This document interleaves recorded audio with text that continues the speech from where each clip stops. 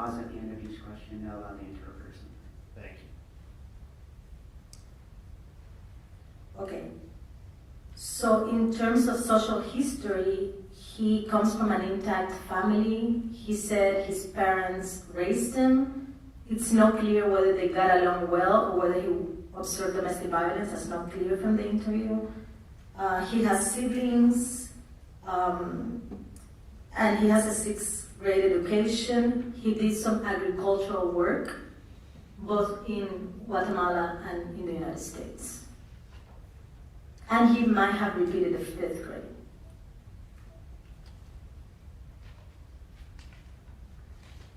And turning to trauma history, can you describe if you're able to learn anything or if you did learn anything about a trauma history? Yes.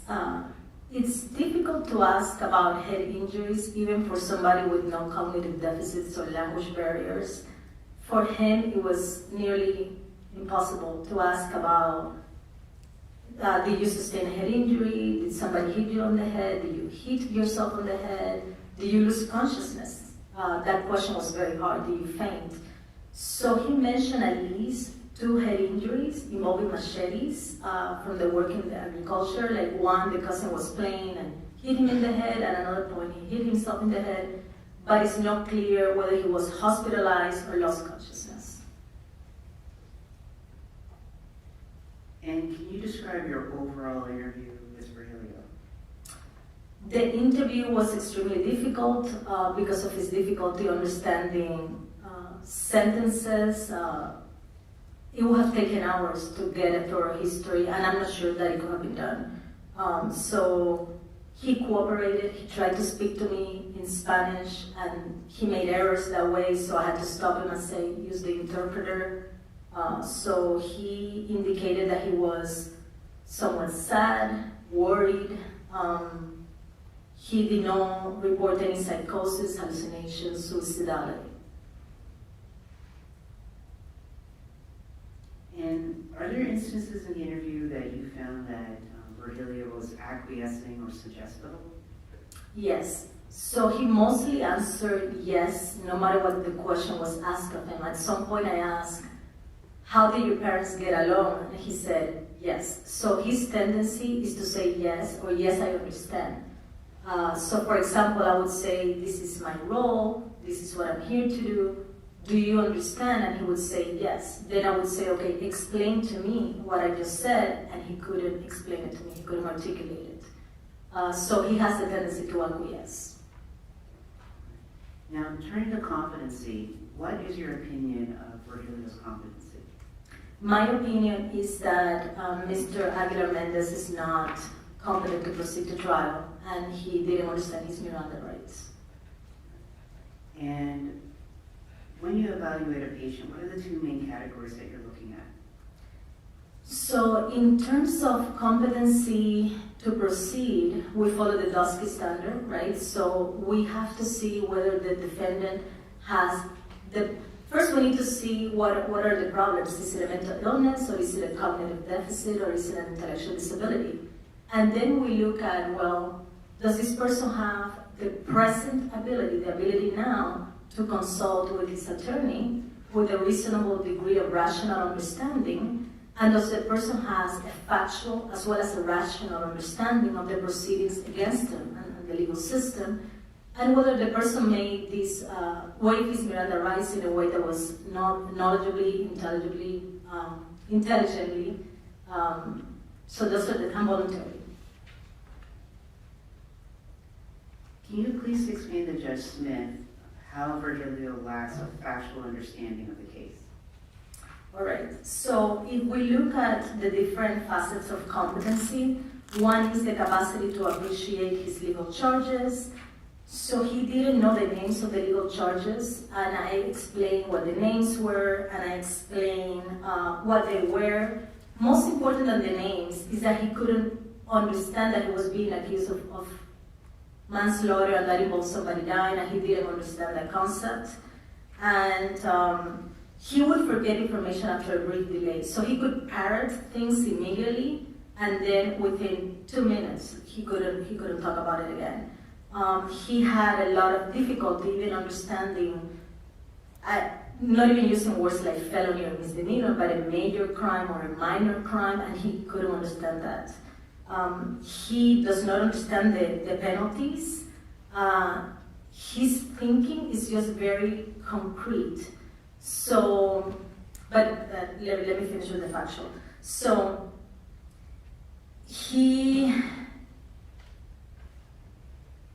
understands guilty and no guilty in terms of guilty means I did it, and no guilty means I didn't do it. But he couldn't understand nuance beyond that. So he couldn't understand the difference between being guilty, pleading guilty, or being found guilty. And that those are very different concepts. He couldn't understand that. He couldn't understand what the potential penalties are or the adversarial nature of the legal system. So he thinks that the role of the judge is to find out the truth. So that the judge is just gonna look at the case and say this is true and this is not true.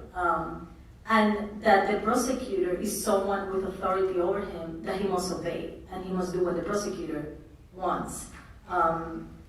He had difficulty disclosing facts to the attorney in terms of what happened that day and his life in general. So those are the concerns. Usually people have factual understanding and they lack the rational, but he didn't have the factual, the most basic. Right, and can you explain to Judge Smith how Verjilio lacks a rational understanding of the criminal justice system? I think you touched on it a little, but if you could... Yes, so the rational understanding will be a higher bar, and that is the ability to think critically. So, for example, the concept of a plea bargain. That requires to understand hypothetical scenarios. So in this case, let's say that you're guilty, but there is no evidence. Does it make sense to plead guilty? Or let's say that you're not guilty, but there is a lot of circumstantial evidence. Does it make sense to plead guilty?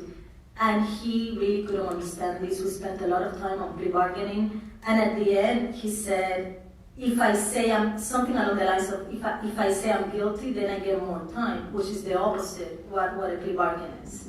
So he couldn't really take things and apply it to his case. His thinking is very concrete. That means people who think in concrete ways, they are literal. And he cannot do hypotheticals. He cannot imagine as if. So that's difficult for him. That's more along the lines of abstract thinking. He cannot think critically through issues. So that's why he lacks a rational understanding of what it would mean. Most importantly, what his rights are. So we had a lot of trouble when I asked him, for example, what does it mean that you have the right to remain in silence? And he said that he understood, but when I asked him to define it, he thinks the right to remain in silence means he cannot be rude to the police. That's what that right means. So it became apparent to me that he didn't have a concept of not only Miranda rights, but rights in general.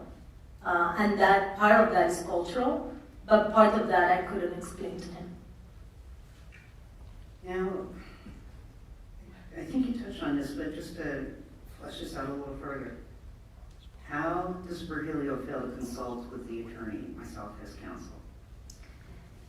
So one of the things that he has difficulty, well, I asked him, what would you do in a case? How can you help your case? What is the evidence in your case? Give me a timeline of your life of that day. And he has difficulty doing all of that. So he will have difficulty tracking things, expressing information. His information at this point is unreliable. He had a lot of difficulty with numbers. He couldn't provide numbers and dates and the order of events. So that's one way in which he couldn't do that. He couldn't look at evidence and be able to challenge that evidence or help the attorney challenge that evidence. He doesn't understand how the legal system works, and what is worrisome in this case is that at some point they interpreted it as permission to teach him with her resources and with her examples. So part of what we do in an evaluation of competency is, I want to know not only what he doesn't know, but can he learn? And he couldn't learn information even when someone was explaining it to him in different ways. And is that an example of kind of what you're saying about his thinking is concrete? Because a lot of plea bargaining and these issues of not guilty versus guilty are more nuanced. And he's not able to really understand that because his thinking is, as you said, it's literal. Yeah, his thinking is literal. If I didn't kill somebody, then I'm not guilty. And if I'm not guilty, there's no way a judge can find me guilty because I didn't do it. And he doesn't understand that there is a difference between feeling I'm not guilty and pleading not guilty, which is different because you could be not guilty and plead guilty or vice versa.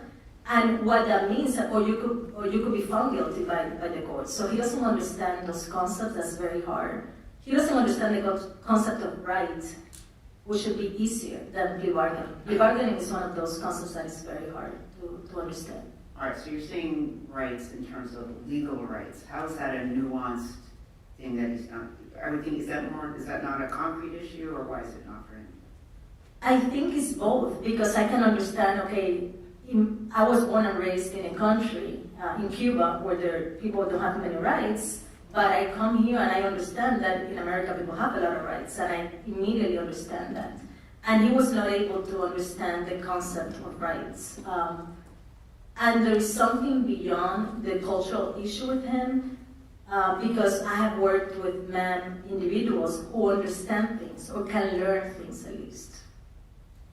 Right, meaning it's not just the culture, because you just gave an example of coming to this country and learning the issue of rights. Yes, With yes. Verjilio, it's not just culture, there's more going on. Yes, so my opinion is that individuals of my descent can learn, and their intelligence level, when we find ways to capture that scientifically, but I have talked to people who seem like genius, talk like genius, understand things, some people who don't understand much. So my guess is that there will be a variety of IQ and cognitive resources. So beyond the culture, beyond the barrier, he couldn't understand things that were simple.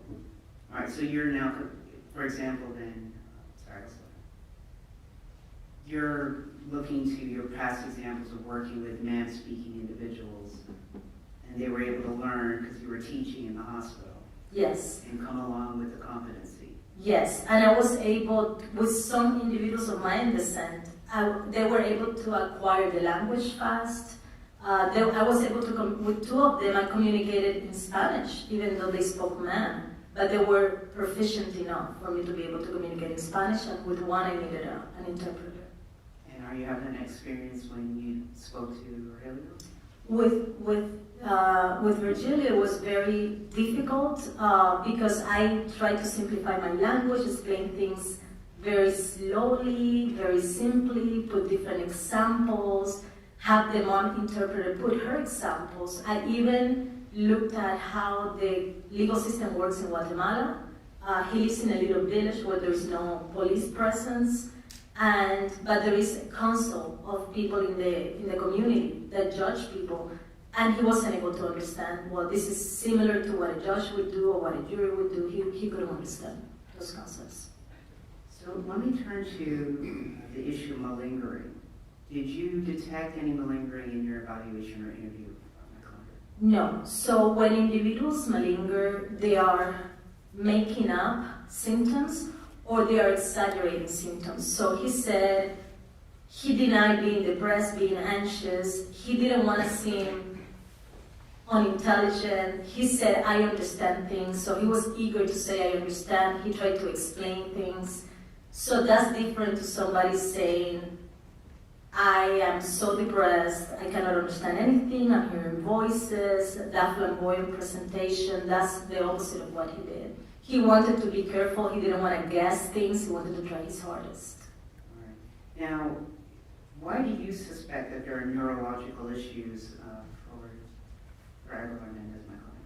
Yes, so the difficulty retaining information, memorizing things, the difficulty learning despite multiple attempts to explain it in very concrete language with parables. He still had a lot of difficulty learning.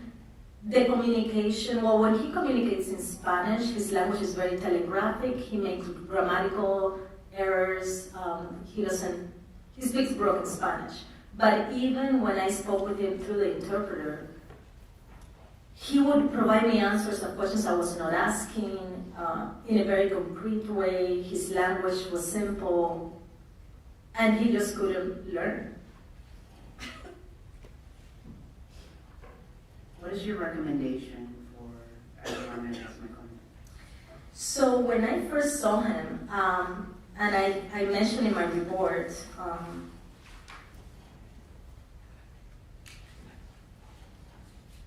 so I mentioned in my report that he appears he's stable psychologically.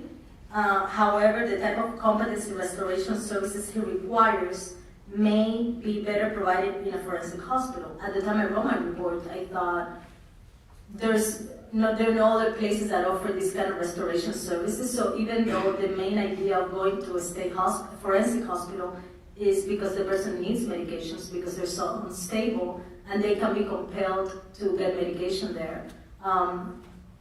After I spoke to Mariana Blanco from the Guatemala Maya Center, she indicated to me that that her center, which is a non-for-profit organization, has a lot of resources that can help him get competency restoration in an outpatient basis.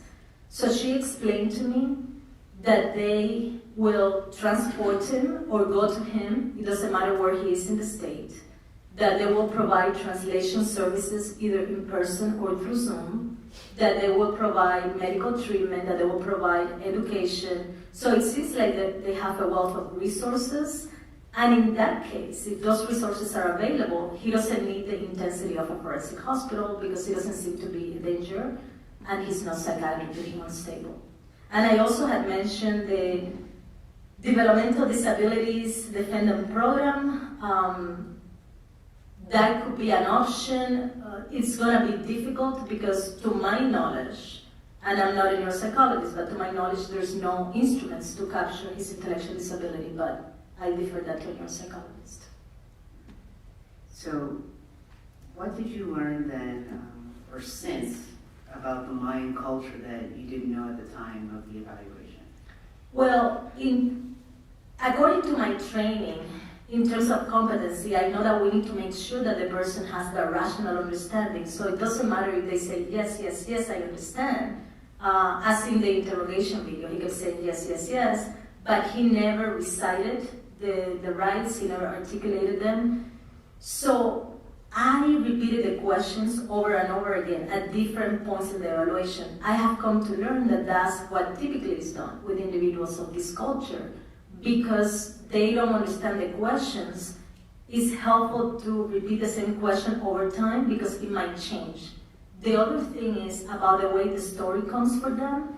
They need to be helped in construct that story. So for example, if he said something like, I fell from the bed, he's not saying who pushed him from the bed. So, okay, were you pushed from the bed or did somebody push you? Somebody pushed me. Was your mom there or was your father there? So it's very difficult to obtain that story, and that requires a lot of checking in with the person and acknowledging a tendency to acquiesce, which is why when I realized he was saying yes to everything, I asked him, how do your parents get along? And he said, yes. So taking that into account is very important to check in with them, to make sure they understand, to maybe do several sessions, and to have a mind interpreter. Is he restorable? That's questionable. So I wouldn't say he's not restorable because we haven't tried, right? So I cannot sit here and say, well, he's not restorable. But to me, it's questionable because he didn't show any signs of being able to learn. So I say my recommendation would be to try to restore him and see if maybe one-on-one competency assessment with language appropriate services, if he can benefit from those. Now, after your review of Dr. Leon and Dr. Davis' report, were their opinions consistent with yours? Well, I think when I read Dr. Leon's report, it struck me how similar to my experience it was. It was very consistent with the things. I think one of the things she said, she opined that he could be able to behave in court, and I said no. But I agree with her. He's able to behave in court in the sense that he will not interrupt, he's not aggressive, he's not violent. But my concern about being in court is that he will not be able to track and consult with his attorney. So that's why I put unacceptable in that part. So I'm looking at that question in a broader term. But the same language issues, the same cognitive problems, Dr. Leon's assessment was consistent with me. Dr. Davis is consistent with me in the sense that none of those capacities, the capacity to testify, knowing what he charges, knowing the penalties, he was not able to say any of that to Dr. Davis. It's just that Dr. Davis arrived at the conclusion that effort might be suspect because he couldn't learn, he refused to guess, things that could be explained, in my opinion, by other things, but he didn't demonstrate those capacities with Dr. Davis neither.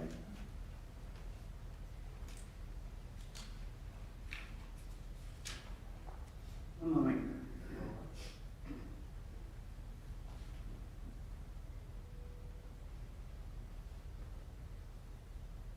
Would there be other explanations for why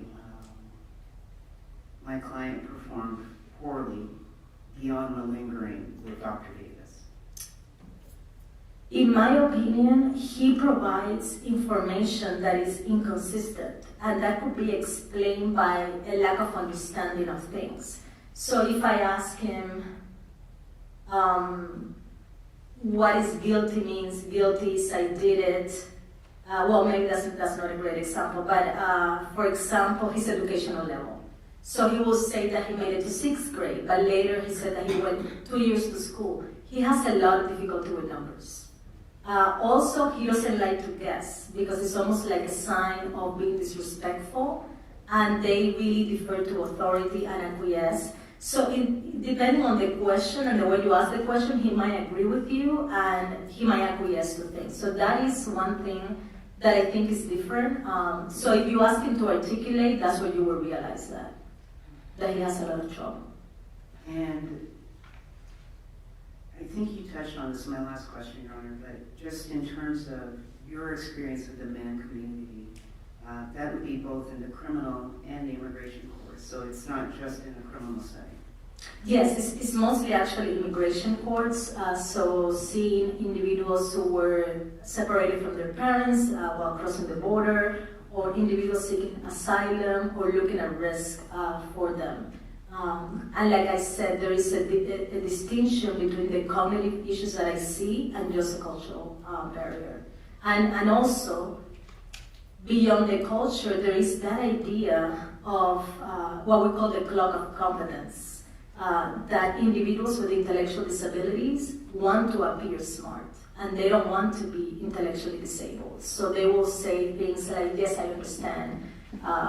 Or they will say, yes, sure, I play chess, I'm very smart. But then if you ask him, what positions do you like? What are your favorite pieces? He will not be able to articulate them. So there is that desire to So let me follow up with that point then, because and I'll just bring you right to it. There was a point in one of the video clips of, I think I shared with Alves, where the roommate said that he doesn't speak Spanish.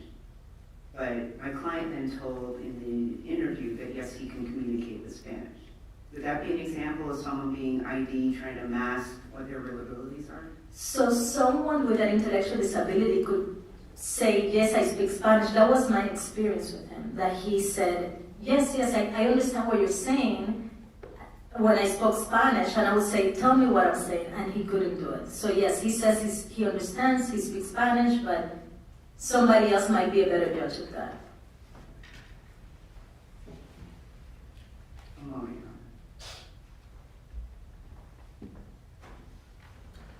No further questions. Cross-examination. Good morning, Doctor. Good morning. I have a question for you, because I don't think it was discussed much. You indicated early in your testimony that you received a copy of the recorded interview that Detective Jose Jimenez did with the defendant in this case, correct? Yes. And I think you also received a transcript of that, correct? Yes. Isn't it true that Detective Jimenez, who speaks Spanish, was able to converse with the defendant during an interview for about an hour? In my opinion, they communicated, but they seem to be having parallel conversations. I think Verjilio was very suggestible, and he would adopt the things that the detective said, but he didn't come up with things himself. For the entirety of that conversation, I reviewed the part of the Miranda waiver, so up until the transcript, that's what I reviewed, all the beginning of the evaluation. okay, so let me just clarify some things here. Are you saying you only reviewed the portion up through the Miranda warnings? Well, there is, so he talks to him, offers him a drink, they talk about the Miranda, but then he gets some background information as well, where were you born, and things like that. And he also talked about what happened actually in that part of the interview. Okay, so let me ask you a little more. Did you watch the whole thing? I didn't watch the whole hour, no. I watched the first, up until he talked about what happened that day. Can you explain, because you said that, and what I really want to drill down is I understand your total opinion here, your overall opinion. I know that the law or the statutes require you to kind of say what it is. What's the reason for the deficits here? My understanding of what you testified here today is not so much a mental illness or a psychological issue, but an intellectual issue. Is that correct?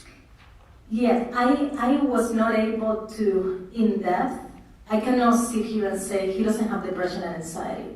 I cannot say that because it was so difficult to communicate with him, and depression and anxiety are concepts that require abstract thinking. So I'm not ruling that out, but what was glaring to me was the cognitive or intellectual issues that I saw in him, and that would be, for now, the basis of incompetency, in my opinion. And as a doctor psychologist who does this quite a bit, you understand there's sort of two tracks when it comes to competency. There's the intellectual disability as well as the mental illness. I mean, the Department of Children and Families has jurisdiction over one issue, and the Agency for Persons with Disabilities has the jurisdiction of the other issue. You understand that, right? Yes. And so, under which track would this fall under? Well, that's the difficult part, because I don't think I was able to conduct a full assessment of Verjilio. In 2 hours, it was extremely difficult to get through these concepts. So I observed intellectual issues, difficulty learning, difficulty with memory.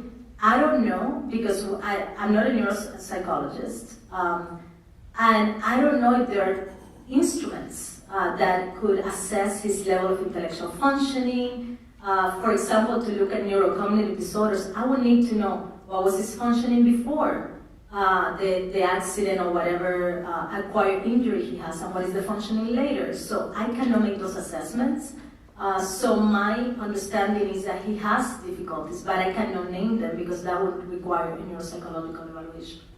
Okay, so is there anything other than a neuropsychological evaluation that the court would need in order to make a determination as to which track Mr. Aguilar Mendez would fall under?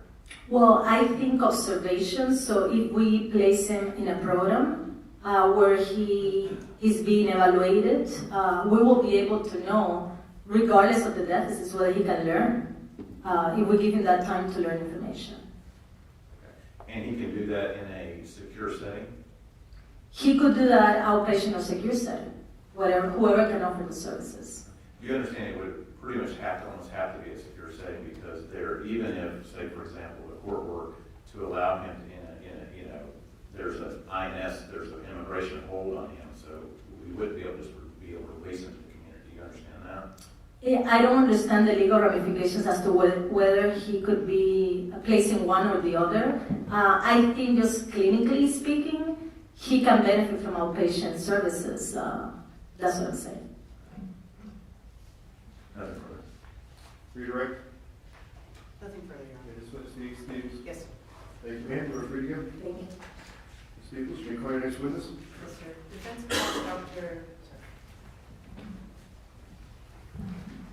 Your Honor, defense calls Dr. Yolanda Leon. All right.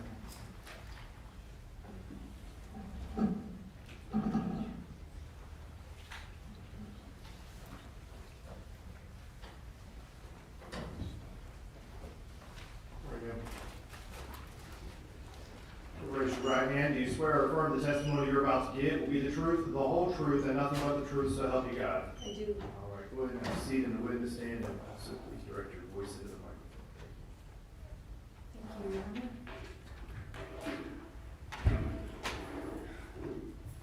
Counsel, your witness. Thank you. Please state your name to Judge Smith. Good morning, Dr. Yolanda C. Leon. And what is your profession? I'm a neuropsychologist, clinical and forensic. I'm a clinical psychologist and a former school psychologist. And are you licensed to practice in the state of Florida? I am. How long? I've been licensed since 1997, and I've been practicing since 1986, formerly as a school psychologist, and then as a trainee, intern, and resident. And what is your current employment? My current what? Your current job title, your current employment? I'm a neuropsychologist at the USF Morsani College of Medicine. I'm an assistant professor, and I'm the co-director of training for our neuropsychology fellowship program. And can you describe the work that you do within that fellowship training program? In the fellowship training program, I help design the training rotations for doctors who are doing a 2-year fellowship in neuropsychology in preparation for board certification. We schedule the didactic trainings that involves bringing in speakers on different topics. We do supervision. We arrange for them to see patients clinically as the main doctor that sees them, where we are the attending that supervises them and signs off and is legally responsible for the ultimate report under a training setting. So we teach and we supervise. Now, as part of the work that you do as a director, include consulting other professionals? Or let me rephrase that, do other neuropsych teams actually come to consult with your program? Other neuropsych teams sometimes will consult with our program. We mostly serve as a consultative service for neurosurgery and neurology, although we serve all of the specialties in the College of Medicine and in the community.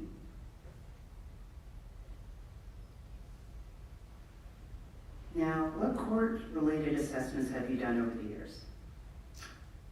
I've done court-appointed assessments for competency, sanity, ability to waive Miranda, mitigation, juvenile resentencing, sexually violent risk assessments, violence risk assessments, and Jimmy Rice evaluations.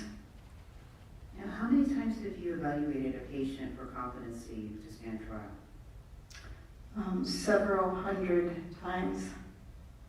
And in the past, you retained your services? Different courts throughout the state where I've been on the circuit and I've been court ordered. I've been retained by the defense and I've been retained by the prosecution. And you've testified previously within your specialty of neuropsychology in the state of Florida? Yes, ma'am. And that would be state and federal courts? Yes, ma'am. Now, turning specifically to this case, what were you asked to do? I was asked to assess Mr. Verjilio Mendez Aguilar for competency and to determine whether or not he had some sort of neurodevelopmental disorder. I think the order literally said mental retardation, now known as intellectual disability. And what records did you review prior to your interview of my client, Verjilio Aguilar Mendez? I didn't review any prior to my first interview that I did by Zoom, but after I met with him, I read the reports of Dr. Davis and Dr. Castillo, I read the charging documents, and after his evaluation, I viewed the transcript of his interview with the detectives, and I spoke with his mother through a mom interpreter and the staff at the Mayan Center. I believe Miss Blanco is her name, and I think that's it. And why did you interview Verjilio the second time? Meaning there's that first time on Zoom. What was it that brought you to see him in person the second time? Zoom is a great way to conduct an assessment when the person is not impaired in some way. During COVID, obviously, we had to do many evaluations that way, but now we're not in that situation, and I quickly surmised that he's not Spanish dominant, and that he's mom dominant, but there was something not quite right about him that I knew I wouldn't be able to assess on video. His thinking was very concrete. I wasn't sure if his appearance was typical Mayan or he had some dysmorphias, and I can't appreciate that. Dysmorphias meaning unusual features often associated with some sort of genetic disorder, and that can be associated with a neurodevelopmental disorder. So I believe I alerted you to those concerns, and we talked about me seeing him in person to do a more comprehensive assessment of his language-related functioning and his intellect. So for that more comprehensive evaluation for his cognitive abilities then and language-related issues, when was that? I believe it was on the 30th of September. And who was present? You were present, I was present, and although in the background, I believe there was a deputy present just outside the door. And was there an interpreter present for that evaluation? There was a mom interpreter present by Zoom or video.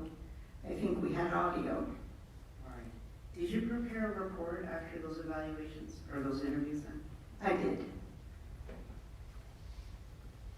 Now, if I turn and focus in on the neuropsychological, neurocognitive testing, when you assess a patient for competency, what exactly is it that you're testing or assessing? I'm assessing the statutory requirements, which are exactly those that Dr. Castillo listed. And when I'm evaluating him from a neuropsychological perspective, I'm interested in his overall presentation, his language, his thinking, and looking to see if there's any indicators of some sort of brain dysfunction that could impact his competency status. And if you look to ID issues, what do you evaluate or test for with intellectual disability issues? With intellectual disability issues, we look at his overall level of cognitive functioning, his IQ, or his horsepower, or bandwidth is a more modern term, if you will, in terms of intellect, intelligence. And we also look at adaptive abilities, that is, activities of daily living, the individual's ability to get by in the world, to survive and function in the world, and also we look at, in adults, instrumental activities of daily living, which are part of adaptive abilities. Those are the higher level abilities, like being able to manage one's finances or medication, or make legal decisions or important medical decisions for themselves without the assistance of others. The DSM-5, the Diagnostic and Statistical Manual, 5th edition, that is the code of criteria for making a diagnosis for another or not, requires that to make a diagnosis of intellectual disability, the individual must have deficits in adaptive behavior, activities of daily living. So that's an area that we look at. And then in a neurocognitive screen, if you've already answered it, that's fine, but what do you test with a neurocognitive screen?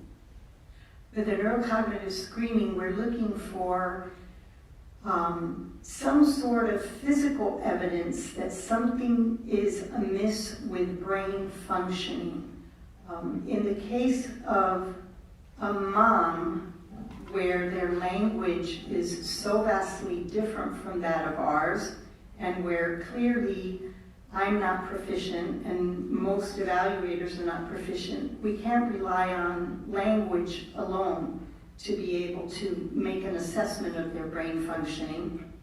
And there are no standardized tests in mom, and no mom neuropsychologist that I'm aware of in the United States, or maybe even in Guatemala, that can actually do a measure of neurocognitive testing. But when you look at sensory perceptual abilities, they will give you a physical cue or clue, if you will, as to whether something may be wrong with that person's brain functioning. So we do a screening to see if there's any of those indicators. And then in terms of the actual neuropsychological testing for my client, I understand what you just said, that there's no specific to mom or formulated directly within his language, but were you able to do any neuropsychological testing for my client? I was not able to do testing, but I was able to do screening. And what were the results of your screening? Well, the results of the screening support that there is something wrong with his brain functioning.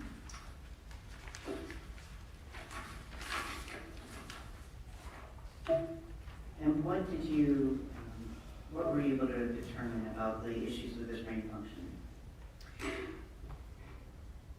One of the things that we assess is his eye movements and his eye functioning. We look at his eyes and how they move and how they work and what he can report seeing or not seeing under certain circumstances. One very apparent and obvious sign is he has his left eye turns slightly inward. That's a left inward strabismus. That could happen because of brain dysfunction. It can also happen because of a problem with the muscles of the eye, and it can just be a lazy eye. It could be corrected, but those are much fewer cases than that of some sort of injury to his central nervous system. In addition to that, when we look at his visual fields, he has a deficit in the bottom left side on both eyes. That's a very consistent sort of pattern that most individuals would never be able to come up with if they wanted to appear impaired. But it definitely is consistent with some sort of dysfunction. It's only the lower quadrant, so we call it an inferior quadrant anoxia, and it probably indicates that there's something wrong with his parietal pathway of the nervous system. So that's another indicator that something's wrong. And go ahead. So then we do a frontal system screening, which is a battery of tests. Most people call it the Luria frontal systems screening, and it involves commands and asking them to do things. Now at this point, we had the mom translator, the mom interpreter, and I asked him if he understood this mom interpreter, if she seemed like the same dialect of his village. I agree with everything that Dr. Castillo said, and it's very difficult to know what he understands and what he doesn't. But given that she asked him, I'm taking that that's the closest we can get to him understanding as we're going to get. And his answer was very interesting. He said he did understand her better than the previous one. I don't know who the previous one was or on which occasion he was talking about, because he has difficulty with sequencing. Getting him to tell me a sequence is very, very difficult. He doesn't seem to have that ability, or it's an ability that's deficient. So when I ask him to do certain commands, because sometimes when you have a certain type of brain dysfunction, brain injury, from head injury or seizures or a stroke or an encephalitis, anything that he could have had that I have no way of knowing, you can see them do poorly on these types of motor movements. And on one of them, we did it twice and he came up with the same wrong response. So, given the cultural differences, the language differences, that we were working through an interpreter, and given that I can't count on what he actually understands or doesn't understand, I have to take all of that into consideration. But the fact remains that he was consistent in the type of error. And when you put that together with the quadrantenopsia on his lower left quadrant, his left eye turning inward, and his inability to do complex motor movements, even when I demonstrated them for him, supports that something is not right with the central nervous system. Right, so then that, the central nervous system, then that's indicative of some form of brain damage then? I think he has some sort of brain damage, yes.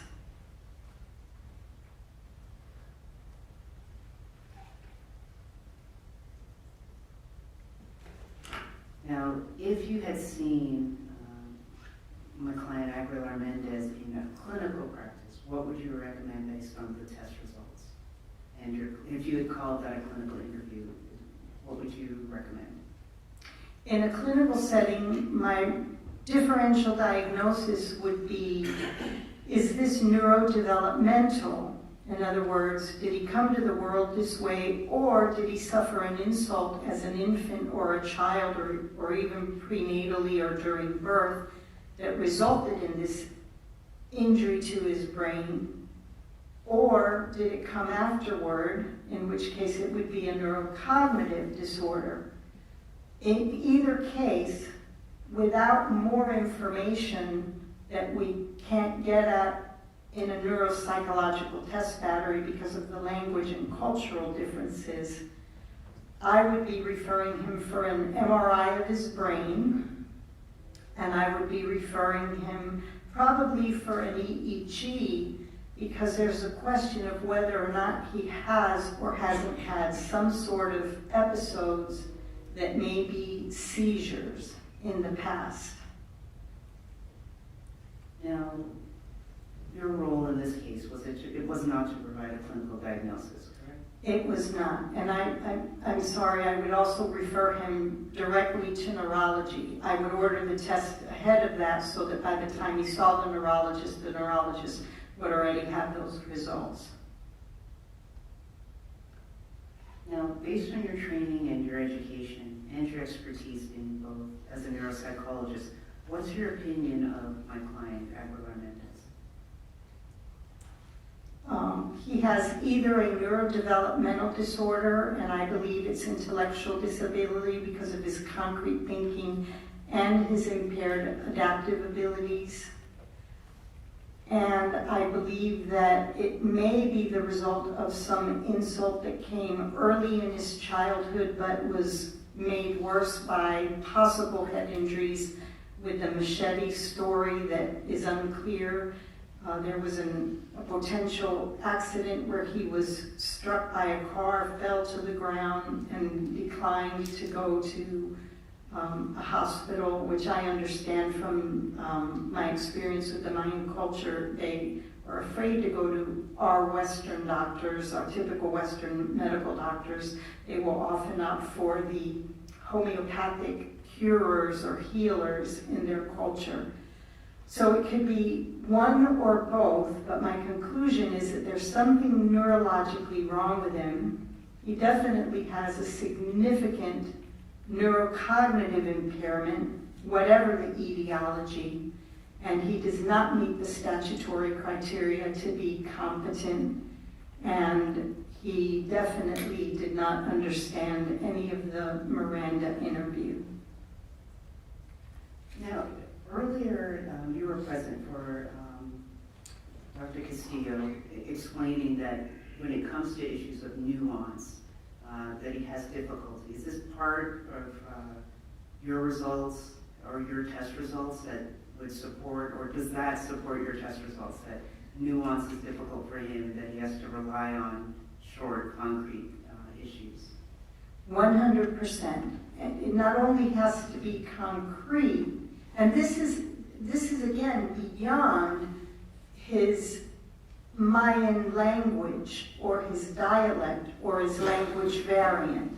I've worked with probably upwards of 50 to 75 mom in both clinical, criminal, and civil settings, and they don't show this level of deficit or dysfunction, with the exception of a couple of carbon monoxide poisoned individuals that were mom that I saw in a civil suit, but they were proficient in Spanish and I was able to do their full assessment in Spanish.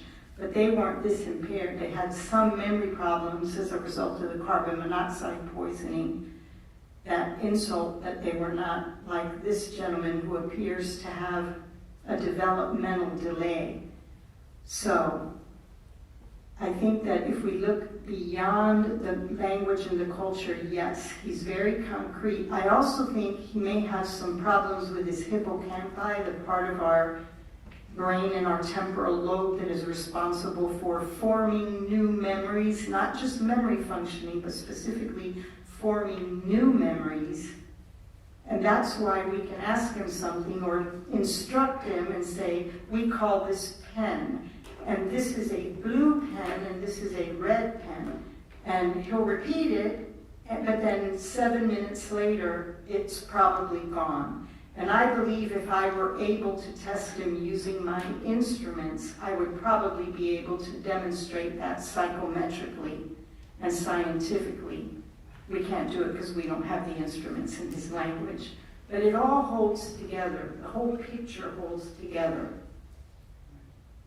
And you touched on it a moment ago regarding the trauma history. Was that part of why there's a sequencing problem in terms of his ability to tell a story from start to finish?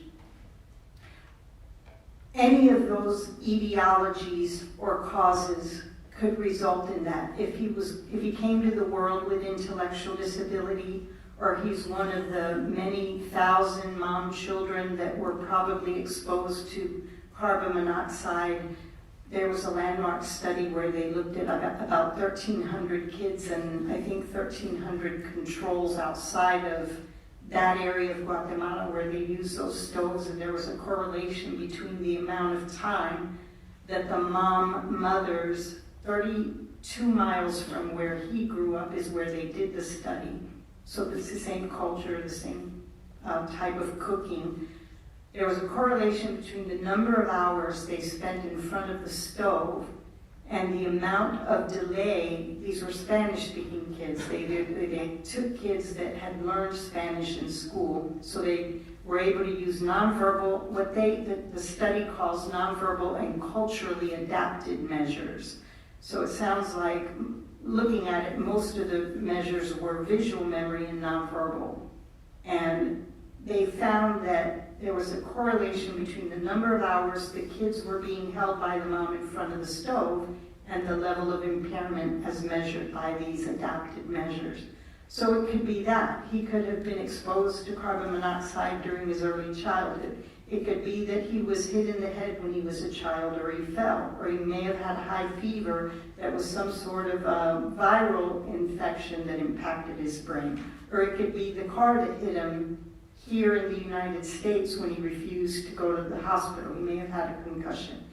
I have no way of knowing. Any of those could have caused everything that I'm seeing on my examination. Can you explain to Judge Smith, and I'm going to bring you back just to a few final questions about competency, how he lacks an understanding of the criminal justice system. It's exactly as Dr. Castillo said. He doesn't have the ability to appreciate, to have a rational understanding of something. We have to appreciate everything that's involved in that topic, whatever it is. I'm still not clear that he has the ability to understand the concept of rights. Other moms do. I've evaluated dozens of moms for competency, and they do understand rights. Eventually they get it if they're taught in either Spanish, if they're proficient, or in some other way. He doesn't seem to understand that. When I asked his mother to tell me how she would describe rights, she could not. So I don't know if there's a family history of delays, or it's their region or their culture, but other moms can understand rights. He can't appreciate or think abstractly. He can't do a cost-benefit analysis. Well, if my lawyer recommends this, but that's going to result in that, maybe I better go with the previous option. He doesn't have the ability to think that way because he can't sequence, he can't abstract. He certainly doesn't understand a higher level vocabulary, and then so much is lost in the translation that it seems almost an impossible task to be able to get him to a place of being what we call restored. I don't think he has the intellectual capacity. And what examples then, it sounds like from what you're describing, he's also then has a failure to consult with counsel. He wouldn't be able to do that. I observed that he wasn't able to do that when you and I were trying to get the questions answered. And in terms of your review of the interview with Detective Mendez and my client, did you see examples in there of interest? I did. And what were they? May I have just a moment to pull them up? Thank you.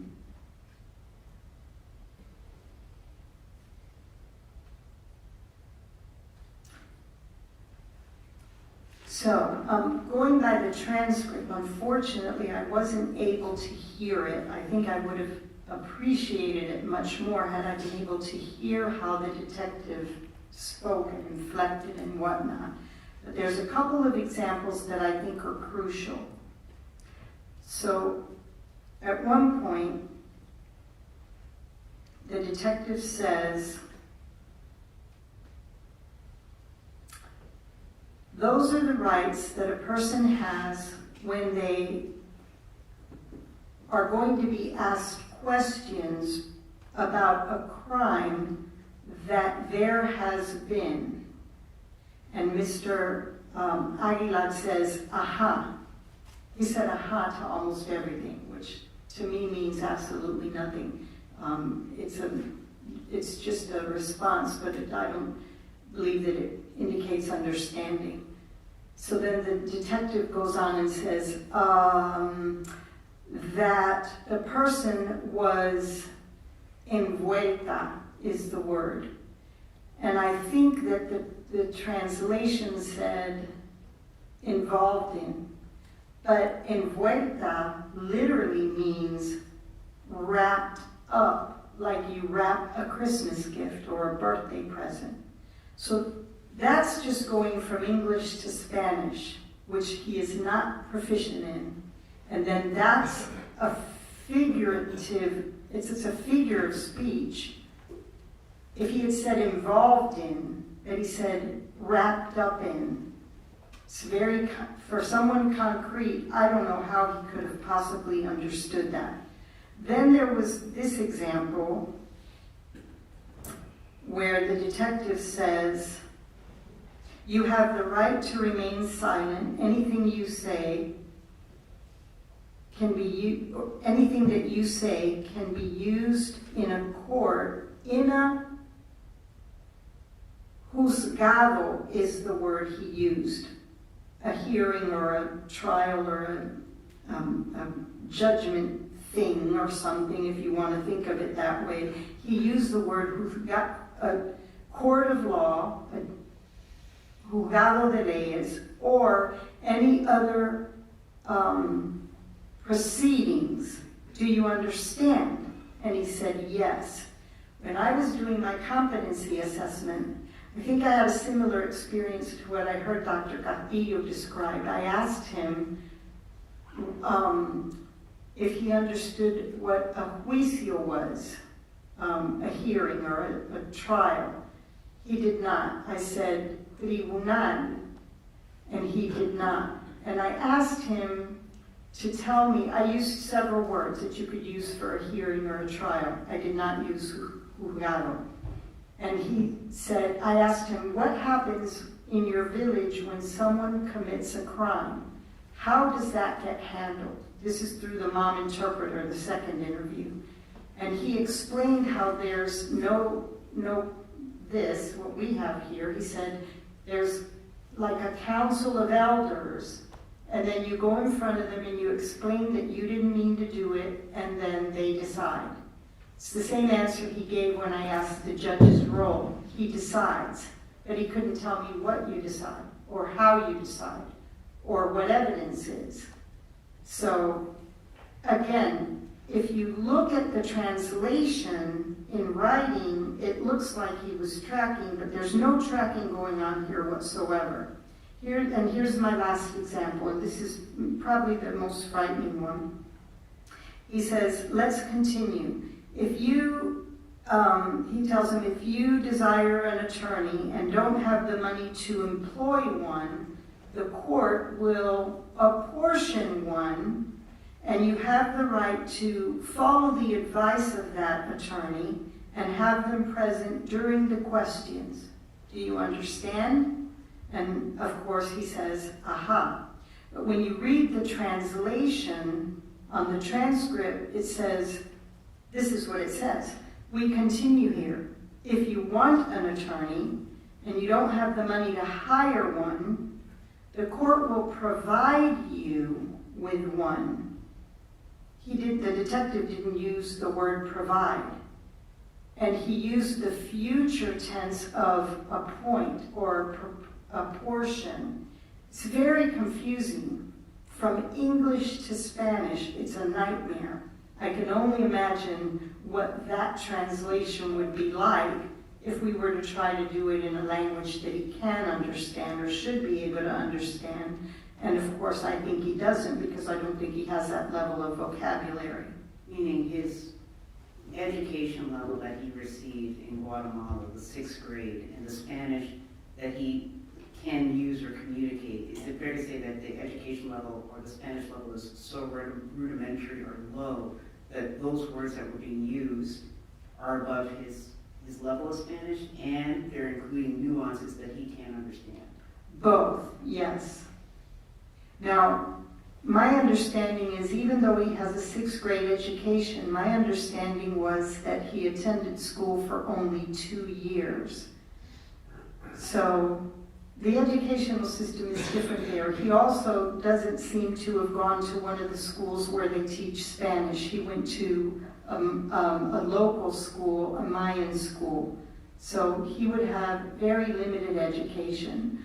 The deficits that I'm seeing are irrespective of level of education. I've evaluated many moms with his minimal level of education, but they have average level intellectual ability, and they can reason, and they can articulate what they're thinking, and they can sequence, and they can appreciate. He cannot. And in terms of sequencing, did you also see an issue with his use of numbers? Yes, and I don't know how much of that is, again, because I can't test him, because of his low level of intellectual ability, because of a math deficit, because of vocabulary and receptive language, or his concreteness, or his neurodevelopmental deficit, or his ability to retain the numbers in his head long enough to remember whether it was 2 months or this many miles from Immokalee to wherever he went, that type of thing. What is your recommendation to the court for my client? My recommendation for the court is to understand that he doesn't meet the statutory criteria to be found competent, and he has no ability to appreciate Miranda. I don't know that he's going to be taught, but I agree with Dr. Castillo that we haven't had the opportunity to teach him and observe him and assess him along the way. I think that opportunity would be an important opportunity not to deny him. And I think that at some point, somebody should send him to a neurologist and get some of those imaging and EEG studies done.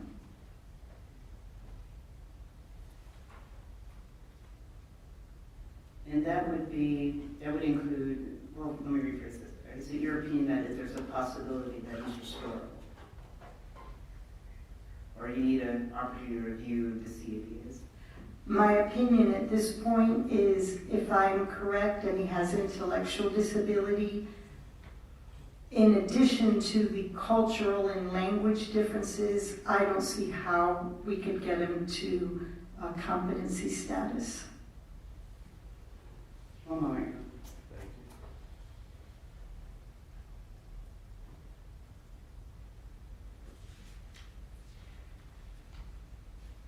And in your evaluation, or after your evaluation, did you have an opportunity to review, you've talked about the reports of Dr. Castillo, but you also saw the report of Dr. Davis?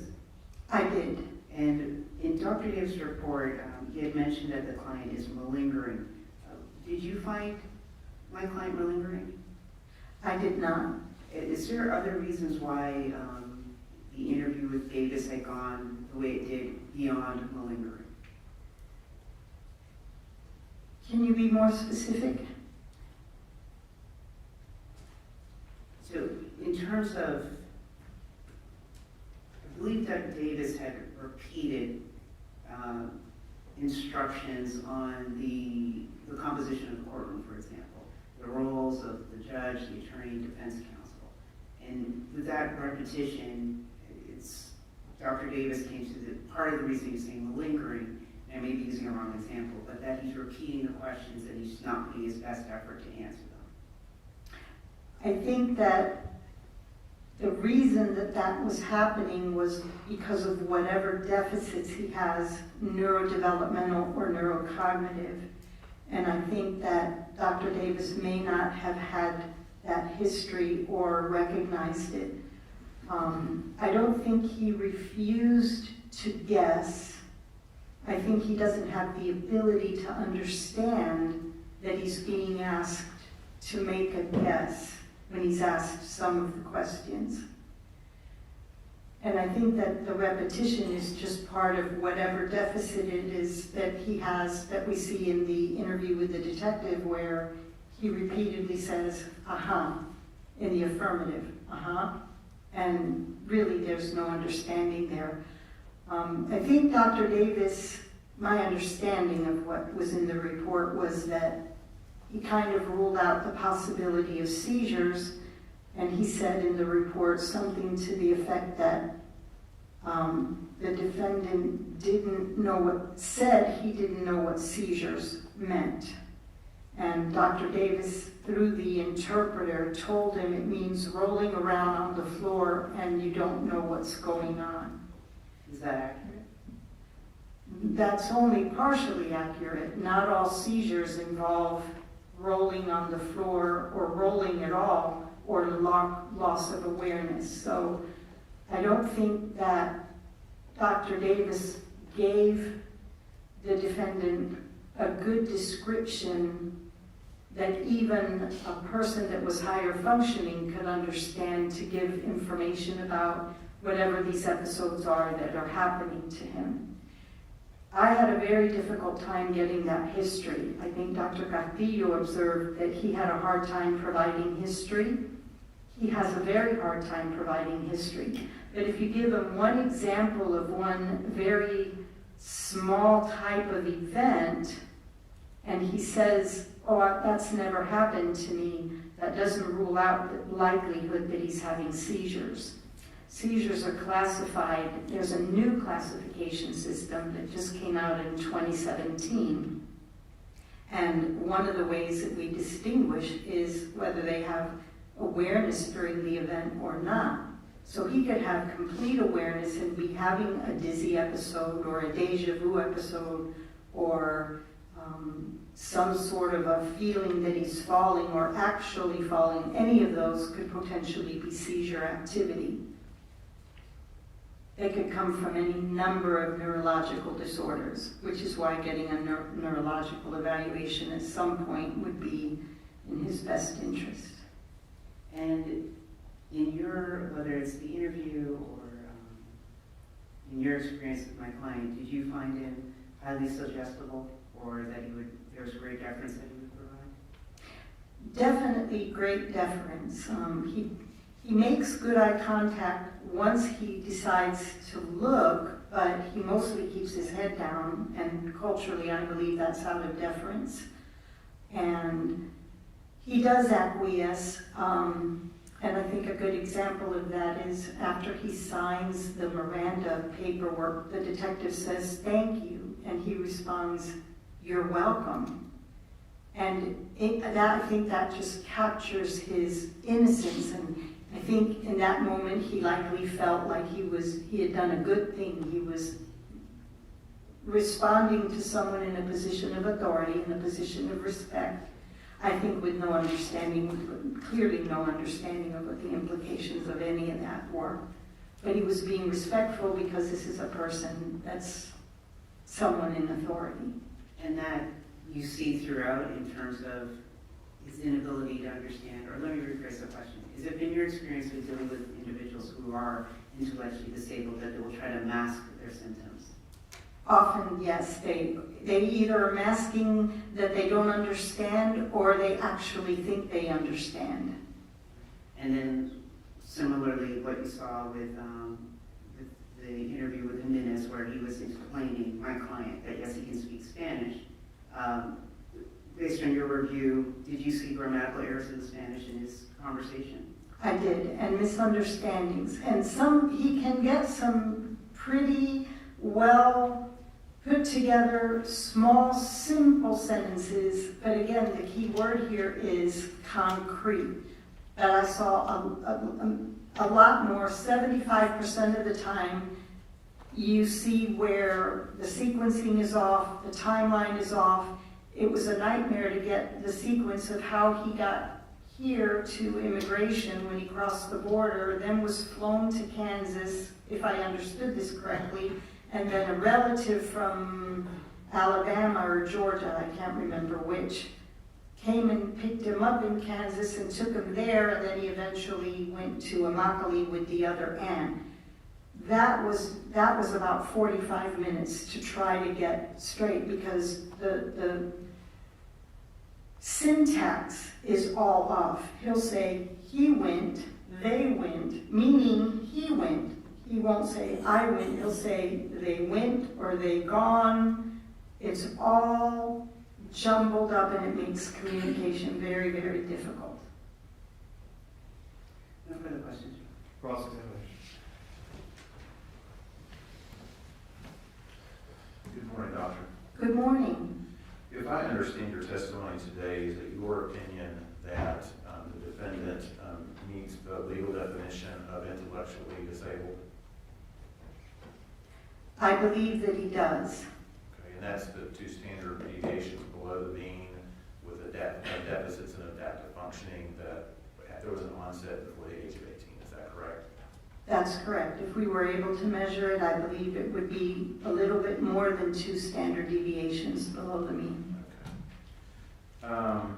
And you believe that there is a possibility that he could be restored to competency. There is a chance of that, and an effort to do that would be recommended. I only agree with half of that statement. I truly do not believe that he's going to be restorable. But I think that an opportunity should be afforded to try to make him restorable, try to get him to competency, and observe how he learns or fails to learn, and maybe get a sense of his strengths and weaknesses along the way. I want to go back to some of the assessment that you did for some more specific. As I understand, there are instruments that you would typically use as a neuropsychologist to determine someone's level of intellectual abilities, but you were not able to do that in this particular case because of the language issue. Is that right? That's correct. And because those instruments weren't available to you, you did, I think you referred to it as a screening. Is that right? That's correct. And there were very specific things that you did to try to assess his intellectual capabilities. In my notes, it appeared that there were, I think, 3 things that you did. I'm not sure if that's correct or if I understood you correctly. Am I somewhat correct that there were basically 3 things that you did to do that screening? There were several things that I did for that screening, but not for intellectual disability, for neurological deficits, for some sort of deficit in his brain functioning. The sensory perceptual exam and the Luria frontal systems will not necessarily address his intellectual ability. In your question, you said that I said I did this screening for intellectual disability. I did the screening to see if there appear to be deficits in his brain functioning. Okay. And that would inform your opinion on whether or not he had an intellectual disability, is that right? Partially, yes. Okay. So you were describing what the eye movement or screening for eye movement function. Was there a specific name for that screening? I was examining his visual fields and his extraocular movements. Okay, can you tell us specifically what is involved in that type of screening? Yes.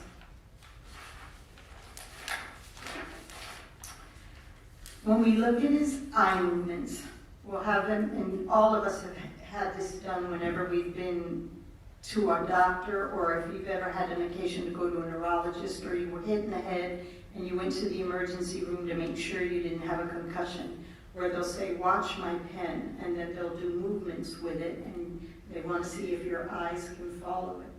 And then, or they may say a command, look up, look down. They'll have you put your finger to your nose, and then they'll say, cover one eye, and then they'll say, tell me how many fingers I have.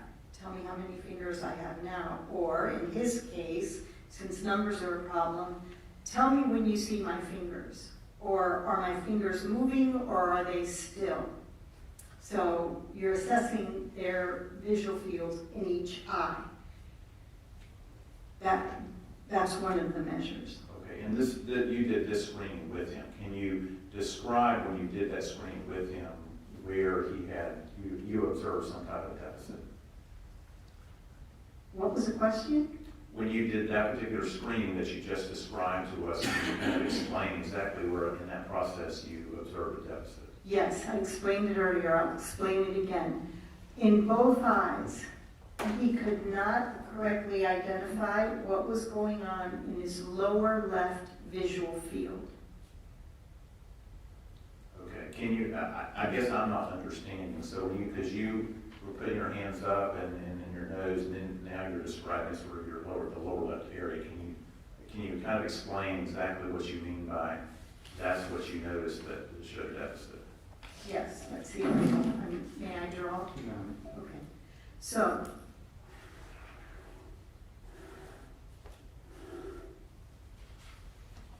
if this is what, the round part is what we see, this is your right, upper right quadrant, your lower right quadrant, your upper left quadrant, and your lower left quadrant. So where your left hand is right now, if you're looking at me, you should be able to still see your left hand. That's your lower left quadrant.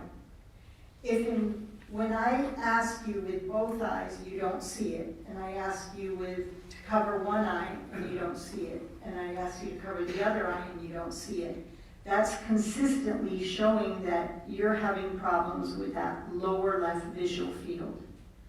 That's what I observed with him. He's okay with the upper left and the upper right and the lower right. When I ask him to do motor movements to command, so if I ask you, for example, to tell me, point to your nose and then point to your ear. If you have no deficits, you should be able to do that without any difficulty. He made errors on those types of tasks.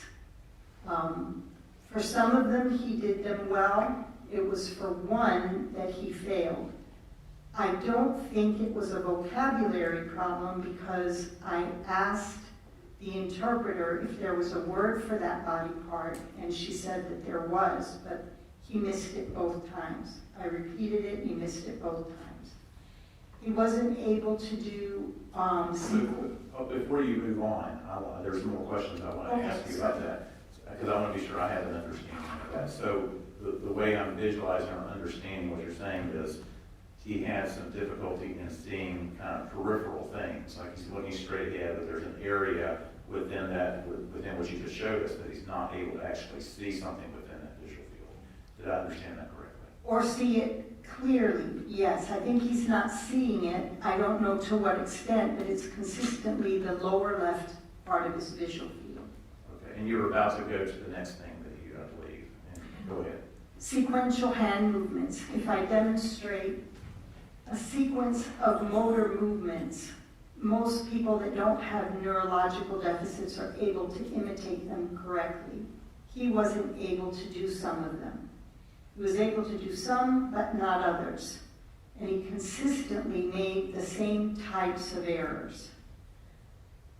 Then we have the problem of just observing his features. He doesn't have, that I can appreciate, dysmorphic features like a genetic disorder. So I'm thinking more of some sort of insult along the way.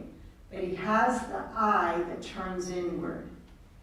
More percentage of strabismus are due to some sort of insult than to just weak eye muscles. They're both a possibility, but he has all of these different indicators of dysfunction that all hold together very nicely. In the absence of being able to give him an actual instrument, I have to rely on physical deficits or physical deficiencies, something that he's not able to do that most people that don't have a neurological deficit are able to do. You had mentioned that in the history that was reported, he reported being struck in the head with a machete. Did I understand that correct? That, yes, but there's two problems with that. There's a problem with the word machete, something to do with the translation in Mom that a similar sounding word means a long knife, not what we think of as a machete. But there may be a history as a child that he was hit maybe twice with something like a machete. And you actually did a in-person evaluation of the event, correct? I did, an in-person interview, yes. And during your evaluation, did you see any injuries to his head area that would be consistent with being hit in the head with a machete, to the extent that someone could suffer brain damage? Well, there isn't necessarily any evidence that I would have to see on his head that could cause brain damage, because you can have severe brain damage without any evidence on the outside of your head.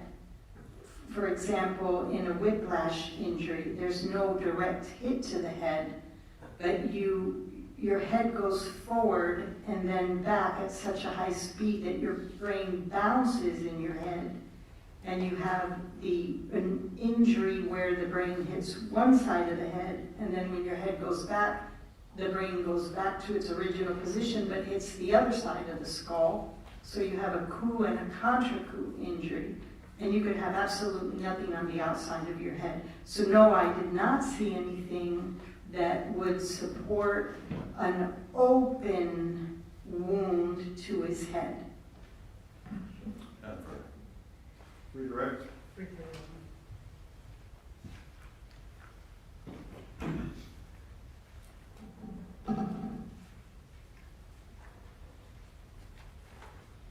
In your communication, the second interview with my client, was there a point when the interpreter got involved and started to explain things further? Or was assisting in explaining? I don't recall.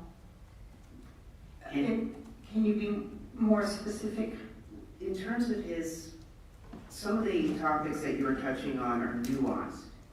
So were there instances where you're discussing rights, right to trial, or the plea bargain, where he was not understanding the nuance of that issue?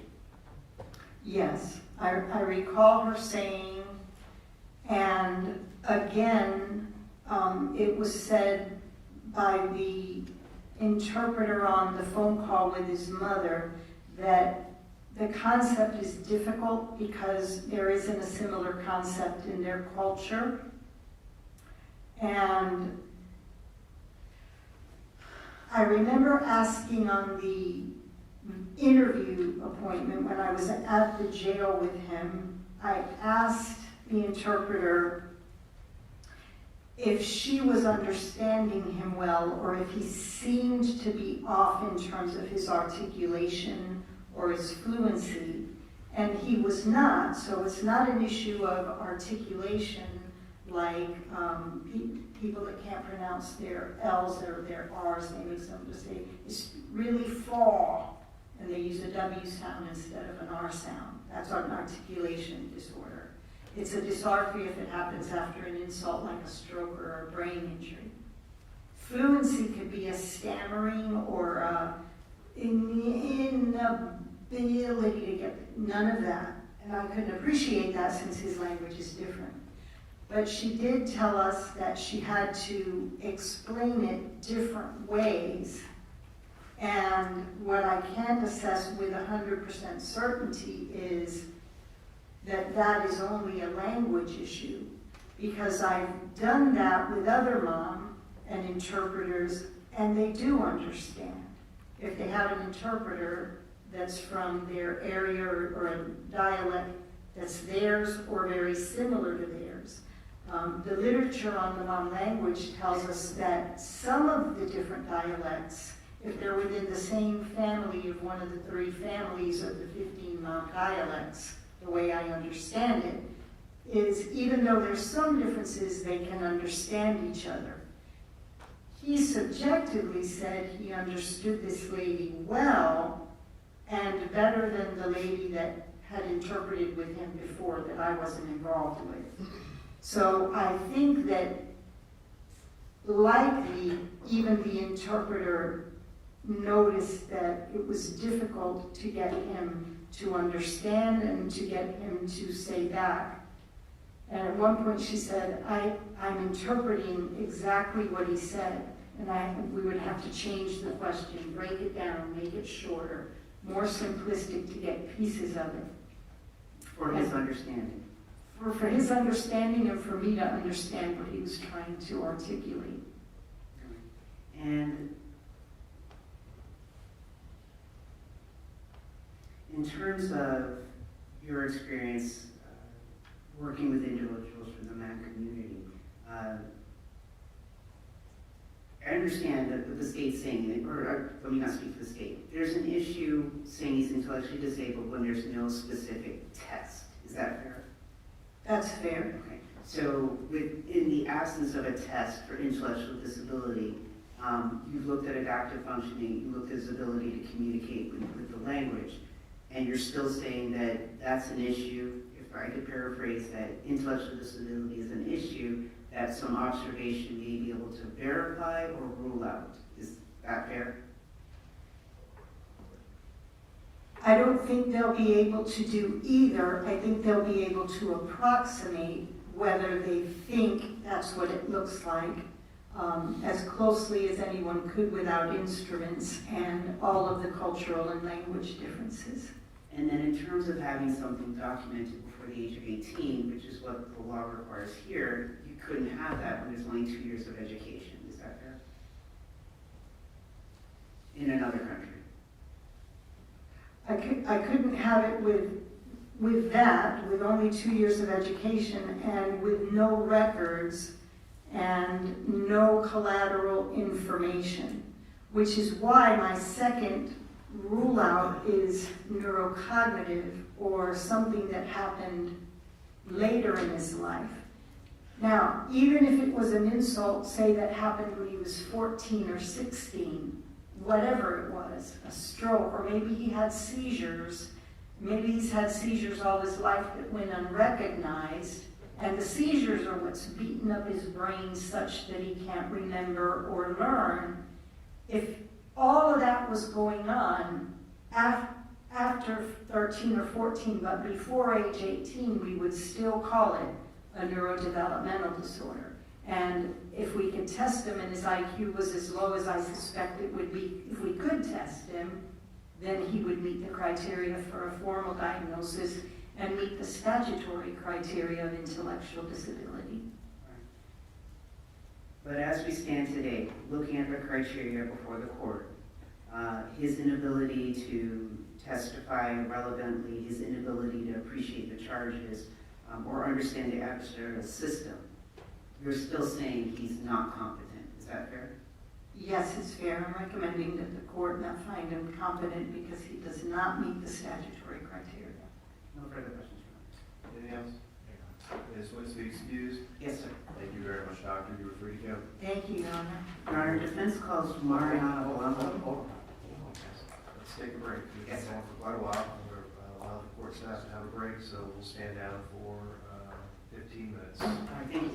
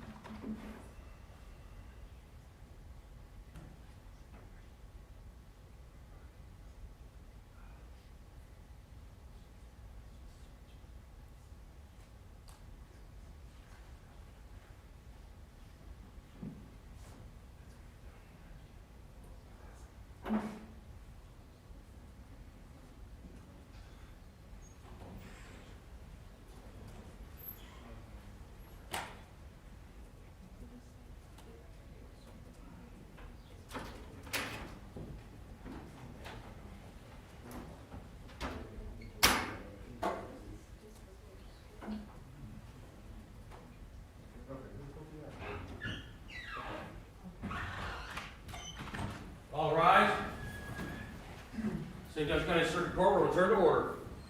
You can all be seated, thank you.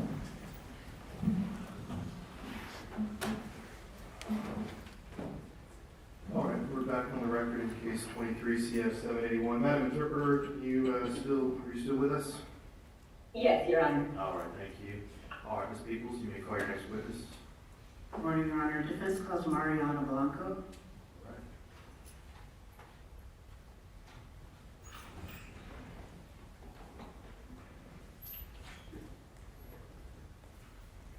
Morning. If you'll raise your right hand, do you swear or affirm the testimony you are about to give will be the truth, the whole truth, and nothing but the truth, so help you God?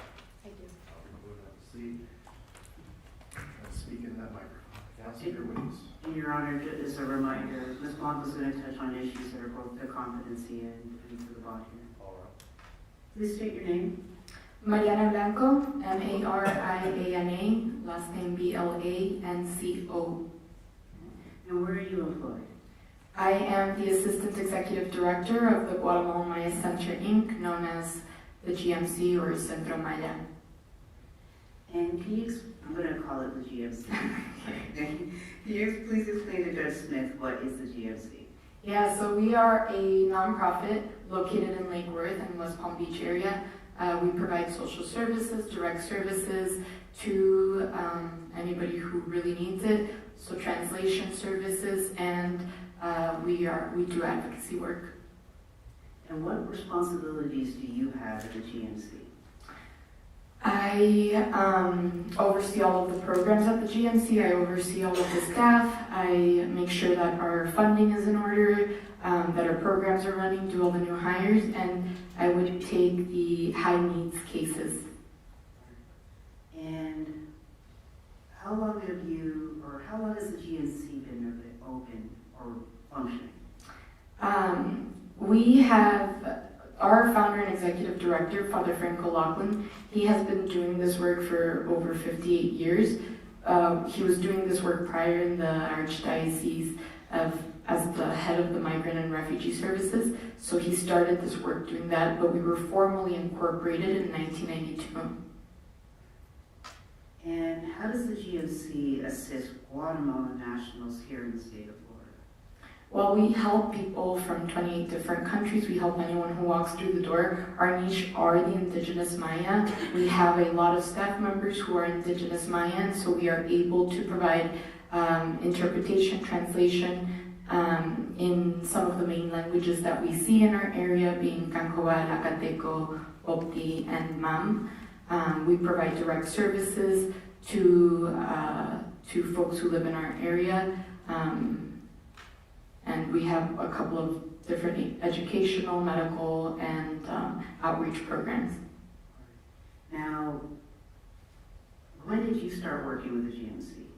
I got involved with the GMC when I was 15 years old. I have been with them for that amount of time. For over 15 years, I've been doing this work with them. And how many Guatemalans have you helped?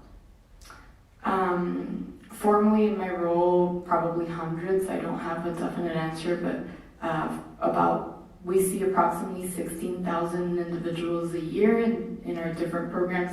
That's the amount of people we serve that we can count. And conservatively, I would say about 40% of those individuals are indigenous Maya. So the people that I would directly work with are probably hundreds. That are specifically to that Mayan culture? Correct. And how many Mam-speaking individuals have you worked with over the years? I would say probably hundreds. If in a given year we work with 16,000 individuals, I would say approximately 1,000% of them would be Mam speakers. And the ones that I would directly work with throughout the time being there, probably a couple hundred. Now, how did you find out about my client, Aguilar Mendez? I found out about your client when your office contacted us over the summer. And in terms of your ability to assist, how have you assisted with this case? We have been able to, with our interpreter, been able to identify some relatives and translate for your office with some local relatives as well as in home country. And are your interpreters federal or state qualified? Our interpreters are not federal or state qualified because we couldn't get the certifications for them, being that a lot of the indigenous languages are so rare that we have tried, but we have not been successful. Now, you had mentioned some agencies within the GMC. What government agencies actually rely on the GMC for assistance in the community? We, throughout our 30 years of doing this work, we have worked with a lot of different agencies in assisting in the cultural competence area. We started off doing prenatal care because our local hospital was completely overwhelmed with premature indigenous babies in the NICU. So they recruited us because they didn't know how to solve that problem. We've moved away with that in different services, and one of the requests that we typically get now is for culturally competency trainings with the agencies. Sometimes they have services that they offer, but they're not able to get anybody to come, or they haven't been successful in meeting their goals, and that's where we would come in. We would come in and train them and help them be culturally competent to better assist the clients they serve. So this is called cultural competency training. Can you name some of the agencies, the government agencies you've provided this training to? Yeah, we've assisted a lot of hospitals. Government agencies would include DCF, Victim Services. We also work with agencies such as Healthy Mothers, Healthy Babies in doing these trainings. And how is the indigenous Mayan culture different? And particularly in our area, we see a lot of Hispanic, Latino individuals, and there are major differences we've learned in the work that we do with the indigenous Maya. The first being language barriers, language access. They speak a different language, and so that is a big barrier, but also their mannerisms. The indigenous Maya are very mild-mannered. They're very passive, and they are not, they don't give information the way that a Hispanic or Latino would typically give that information. So in all of our services, being clinical, educational, or outreach, we have to alter our services to better fit the needs of the culture. All right, so in terms of then, for example, the indigenous Maya responding to questions, how is it, because sometimes they are speaking Spanish, how is that different from other Latinos? They are very literal with their answers. They're also very brief with the answers that they give. And one of the things that we do in our trainings with our own staff and with other people is make sure that we never take the first answer as the right answer. We always train people to ask the same question in different ways. And it's kind of you're kind of taking parts of each answer to make sure you're getting the full picture. Our people, the indigenous Maya people, will be very literal with their answers, and so if you're asking them something, they might refer to yes, no, and questioning some of the things that you're asking might also be seen as disrespectful, so communication can sometimes be difficult. So my client is from Holo Tenango, Wawa Tenango, Idea Ikaw. What is an Idea Ikaw?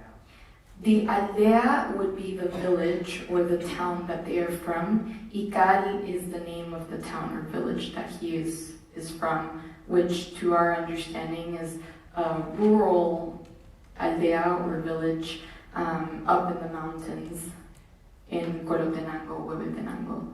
So it's a rural up in the mountains. Is this far from a major city then? It's very far from the main city, which is Guatemala City, which is where all of the services are. And what's the education in that community like? Yeah, so from my understanding, school is up to the 6th grade. Schooling up to the 6th grade is free. Anything after that, you have to pay for, which a lot of our indigenous folks are unable to do. But there are always barriers to that education. One, your aldea has to have a school, and if there's no nearby school, you might not be able to attend that school. But also, if your family relies on you to work at a young age, you might not be able to go to school. So while there is school up to the 6th grade, not everybody can attain it. All right, so it's free for everyone to the 6th grade. Correct, up to the 6th grade.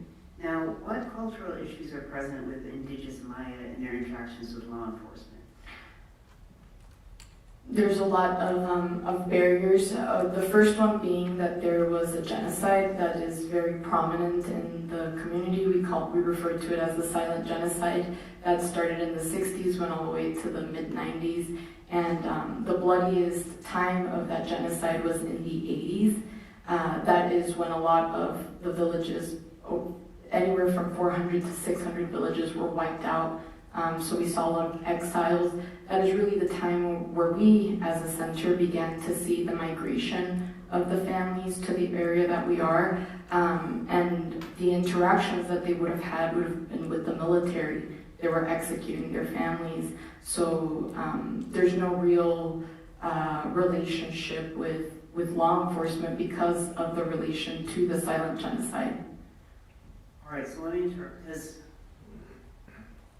what you're describing, it sounds like it was mostly in the 80s, and that would predate my client's birth. So how would that come into a factor with Verjilio? Yeah, so though he wouldn't have been born during the silent genocide, his parents would have absolutely been affected by the genocide, as well as his grandparents. But it's something that everybody would know about. The fears are still there, the ramifications, and some of his family members might have been exiled at that time, or might have had to flee, or might have been killed by the military there. And just to clarify, the population, the indigenous folks, don't call it the silent genocide.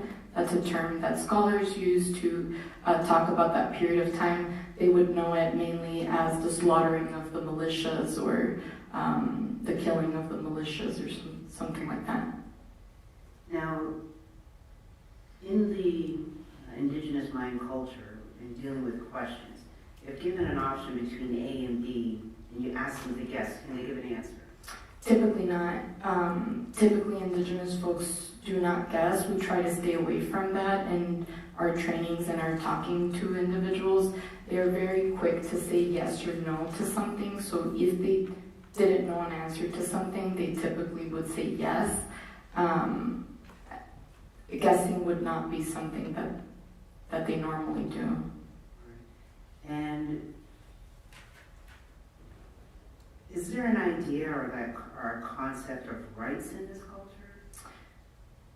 Again, we refer back to the silent genocide. The indigenous Maya didn't have rights for a really long period of time, and we know that up until this day, there's no real form of government in the villages or aldeas, the towns that they reside in. So there is this form of community policing, where the elders and the males in the community will take turns daily and weekly being the police officers or the police force, acting like some sort of government figures, and they will kind of police each other, but they typically live in harmony. So the idea of rights is not something that is common.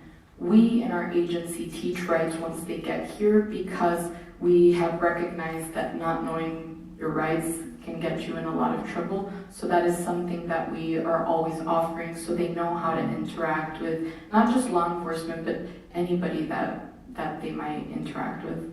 Right. So anyone with authority, with a doctor, teacher, law enforcement, is part of the teaching then? Yeah, typically anyone with higher education would be seen as authority. So teachers would be seen as authority, counselors, doctors, social workers, advocates, law enforcement certainly. And when an indigenous Maya person is referring to someone that they view as authority, they are likely not going to ask questions, follow-up questions, and they're going to be very brief with the answers that they give. Now, you have not met with my client, correct? No. Right. How can the GMC help with his case in the future? We can assist in lots of different ways. The first would be direct services. We could assist with housing and that emergency financial assistance for housing.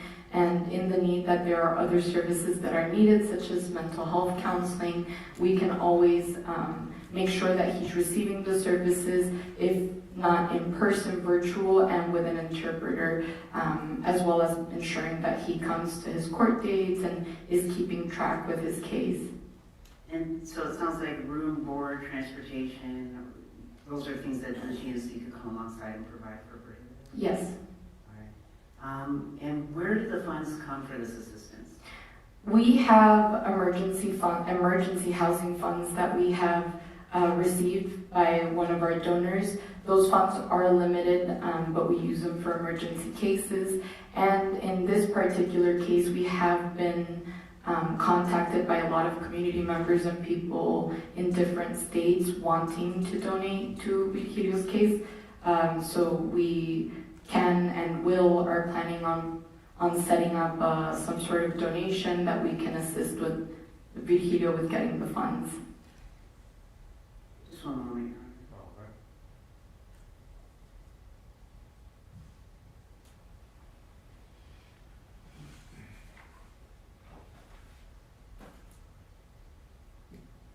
No further questions. Cross-examination.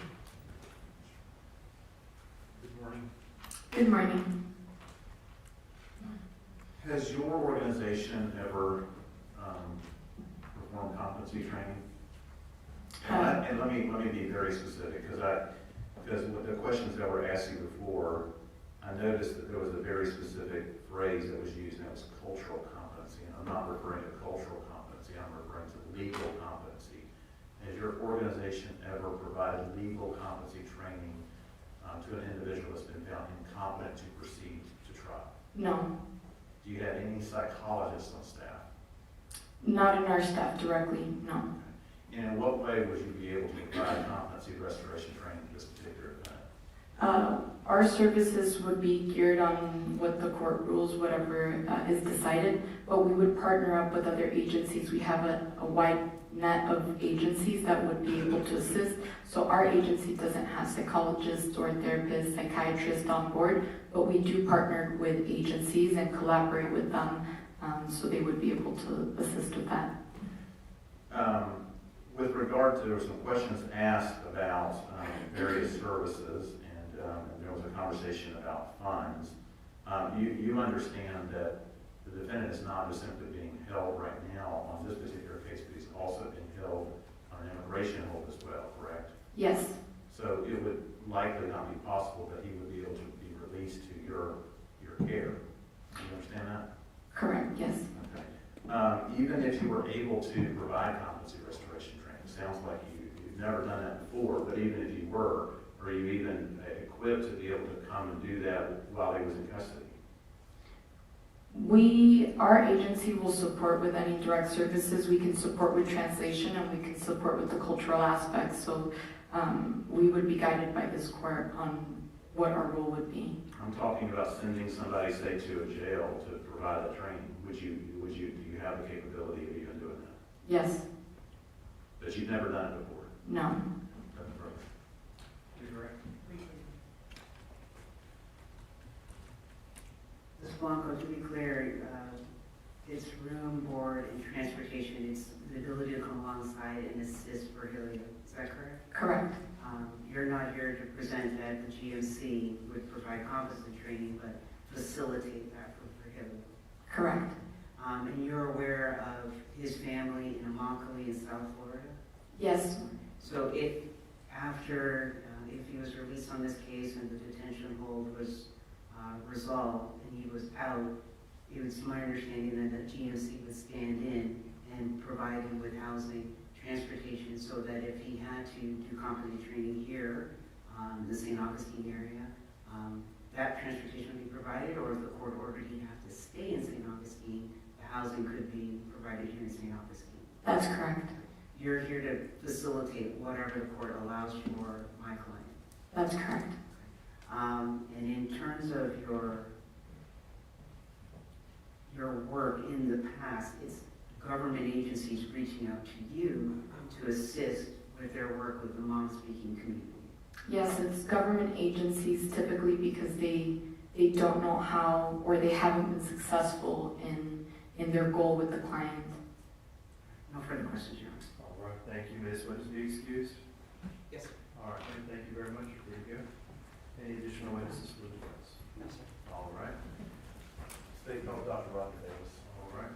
Dr. Davis, you please come forward.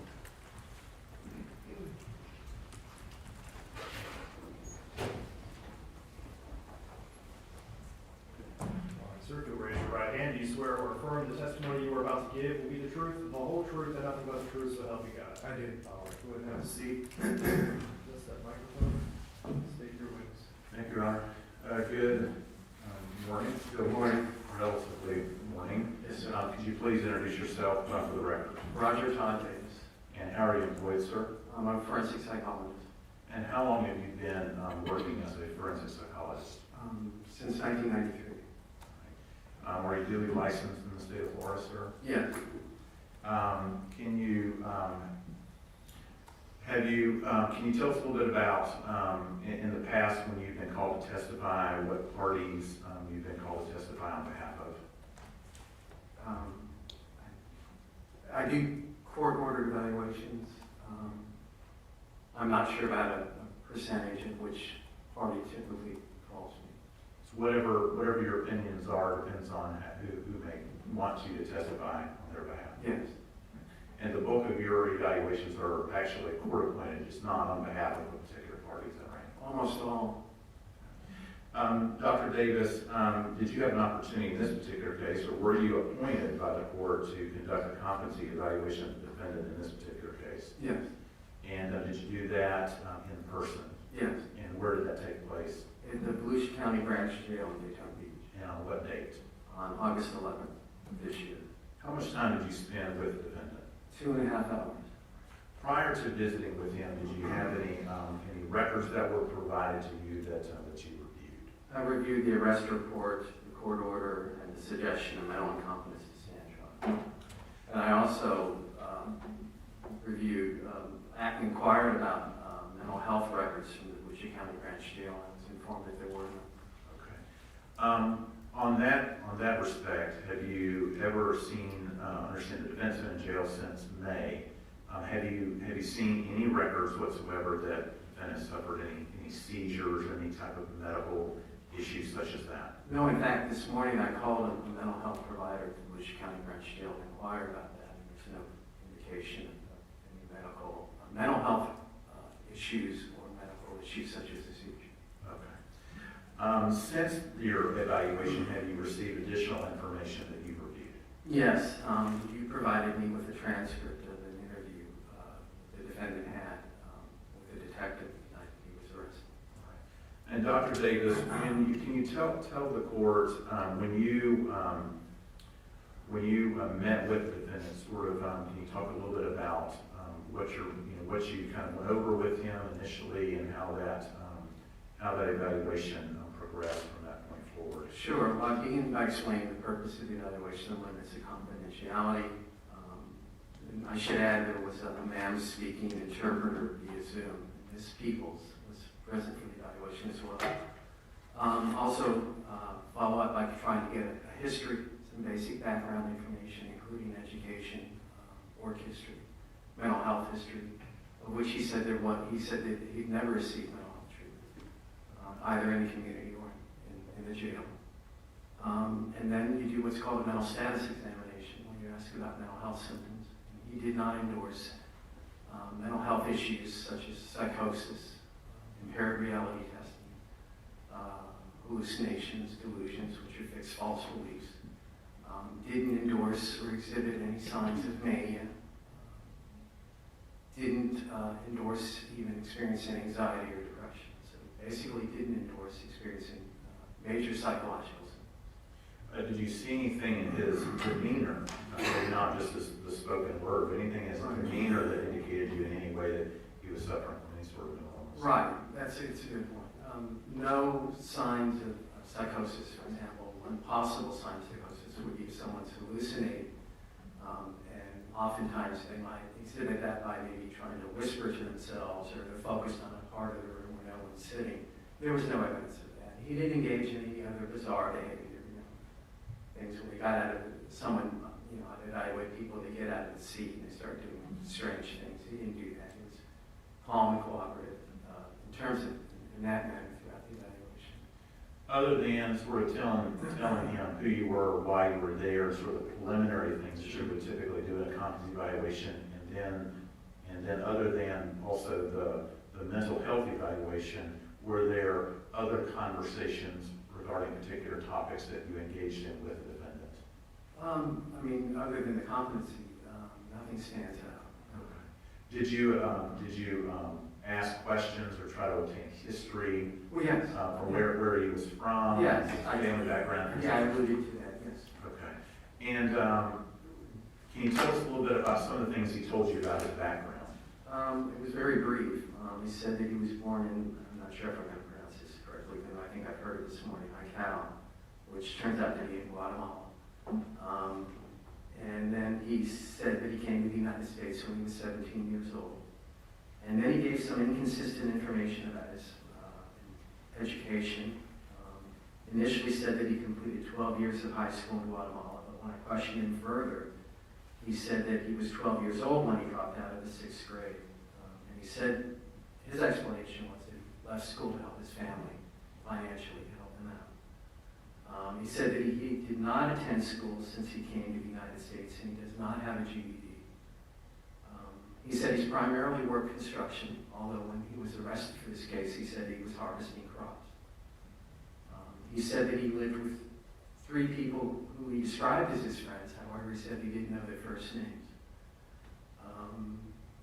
And as I noted before, he said that he had not received any mental health treatment of any sort. Okay. During your time with him, and specifically in terms of the background questions, were you able, I know that you said that you had a mom interpreter there to assist you in communicating with him. Right. Were you able to converse with him in a way where you were asking him questions and he was providing you with relevant responses? Yes.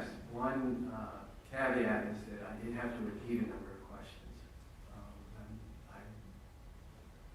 I wasn't sure what to attribute that to. I've worked with interpreters before, and it has been the case in some situations where I've had an interpreter. So I wasn't sure whether to attribute it to that or not. But when we did, if I may add, please, when I did repeat the question, he provided relevant responses after one repetition. So in terms of your mental health evaluation, can you talk a little bit about that? That's basically the mental status examination, which is, as we talked about, is questioning about symptoms, but also observing behaviors. And if someone, if I could just add, if someone's incompetent, 2 major ways that they're incompetent would be if they're psychotic or they suffer from mania. And there were no indications that he had either of those conditions. In terms of the competency factors, Yes. can you talk a little bit about your evaluation in terms of competency? Basically, that he stated that he knew very little of what I asked him, including what he was charged with, the possible penalties, the roles of the major participants in court, the pleas that he could enter, or the plea bargaining process. And I educated him about that and questioned him again immediately. And if anything, he performed rapport after I gave him the information. He knew more before I provided the information than when I questioned him again. And did that raise a red flag with you? Yeah, yes. It And did. how so? Well, because it's as if he retained absolutely nothing of what I told him, which is, I've done thousands of these evaluations, and it's very uncommon, even for people with an intellectual disability. You would think they would retain, I would expect them to retain some. Can you talk a little bit more in detail about sort of that evaluation as it proceeded that made you continue to have these red flags? Well, to give you some examples, when I questioned him about the roles of the participants in court, the pleas, the plea bargaining process, the only information that he gave correct responses for was that the defendant is a person accused of a crime, and that if a person is committed a crime, he's permitted to plead not guilty. And I gave him all the information. I told him what the judge and jury's rules are, and told him what a plea bargain was. And I questioned him again, and the only correct information he provided was the public defender's rule. That was what I was saying before, that he gave fewer correct answers the second time than the first, after I provided him with the information. What conclusions did you reach as a result of that? Well, I questioned whether or not he was giving his best effort. And there was another reason that I questioned that, is that he claimed that he didn't know what the not guilty plea was, and I explained it to him. And again, I questioned him again immediately after I provided him with all the information. And he once again said that he didn't know what not guilty meant. However, at another time, when he was asserting his innocence, he spontaneously, according to the translator, used the term not guilty, because he was claiming to be innocent, which suggested that in fact he did know what that term meant. And again, that's another indication, another red flag in terms of, is he providing his best effort? You heard the testimony of the doctors that testified before you and their opinions in this particular case. What, if any, response do you have concerning the testimony they have provided? I respect both of them, their opinions. However, I guess the major question I have is after listening to them, I'm not sure what they did to assess his effort. And are there ways to do that? Well, normally we would give tests.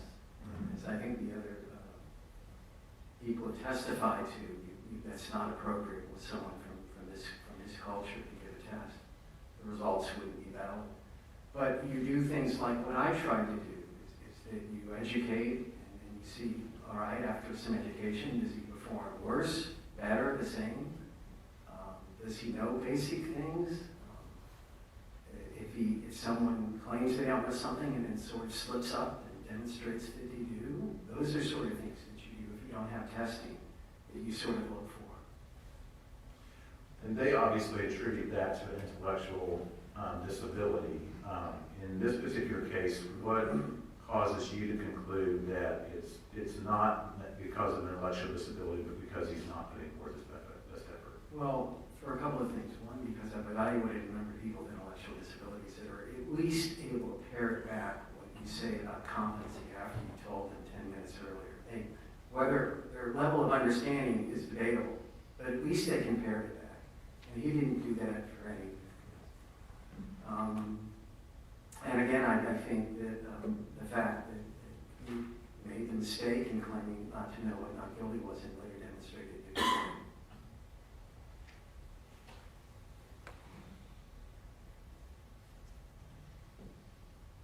I think the third thing, that in terms of intellectual disability, and this is not true of all people, of course, with intellectual disabilities, but if he were to have an intellectual disability, he'd be relatively high functioning. By that I mean living independently with friends, and he describes his friends.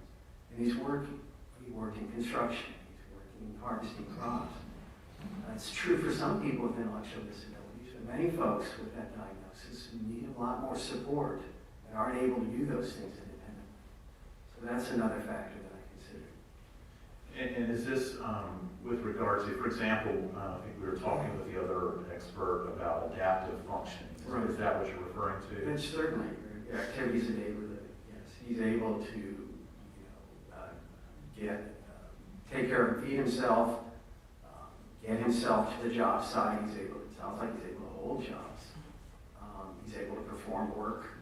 He's able to go home and get groceries, and he's able to survive relatively independently. What about the fact that he is from Guatemala and has come to this country, through a not normal process? And most people from other countries that come here legally would get on a plane, or they would drive across the border, or whatever. Right. And it's sort of an unconventional way. What perspective do you have with regard to the fact that he's done that? In some sense, it's pretty impressive feat for anyone to be able to do that, especially someone if they were to have an intellectual disability. It would, to actually... To navigate all the obstacles that you read about in the newspapers for people to come to this country.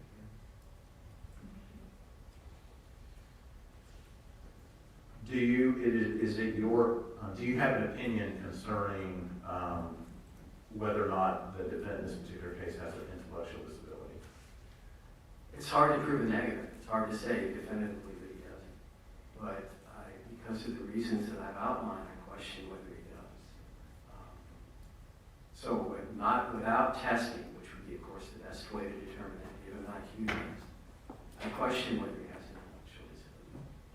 Do you have an opinion, Dr. Davis, concerning whether or not the defendant is competent to proceed? Yes, I do. And what is your opinion? I believe he's competent, even though he performed poorly when I questioned him about the legal system. I believe that some of that was due to poor effort. I believe that some of that might also be because he's from another country with a different legal system and he's unfamiliar with our legal system. But that's not a barrier to competency according to the statute. He has the capacity to learn that information. In fact, I've evaluated other people at the Volusia County Jail. When competency is a question, they have people from SMA Behavioral Health Care go in the jail and educate them about the legal system.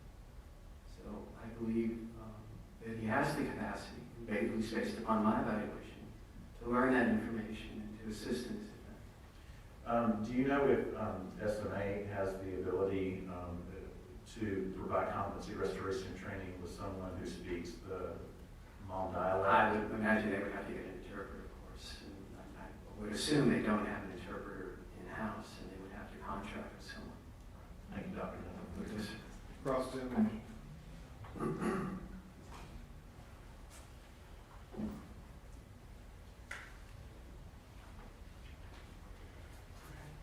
Good afternoon, Dr. Davis.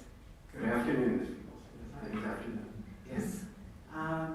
So, for competency and an evaluation, Right.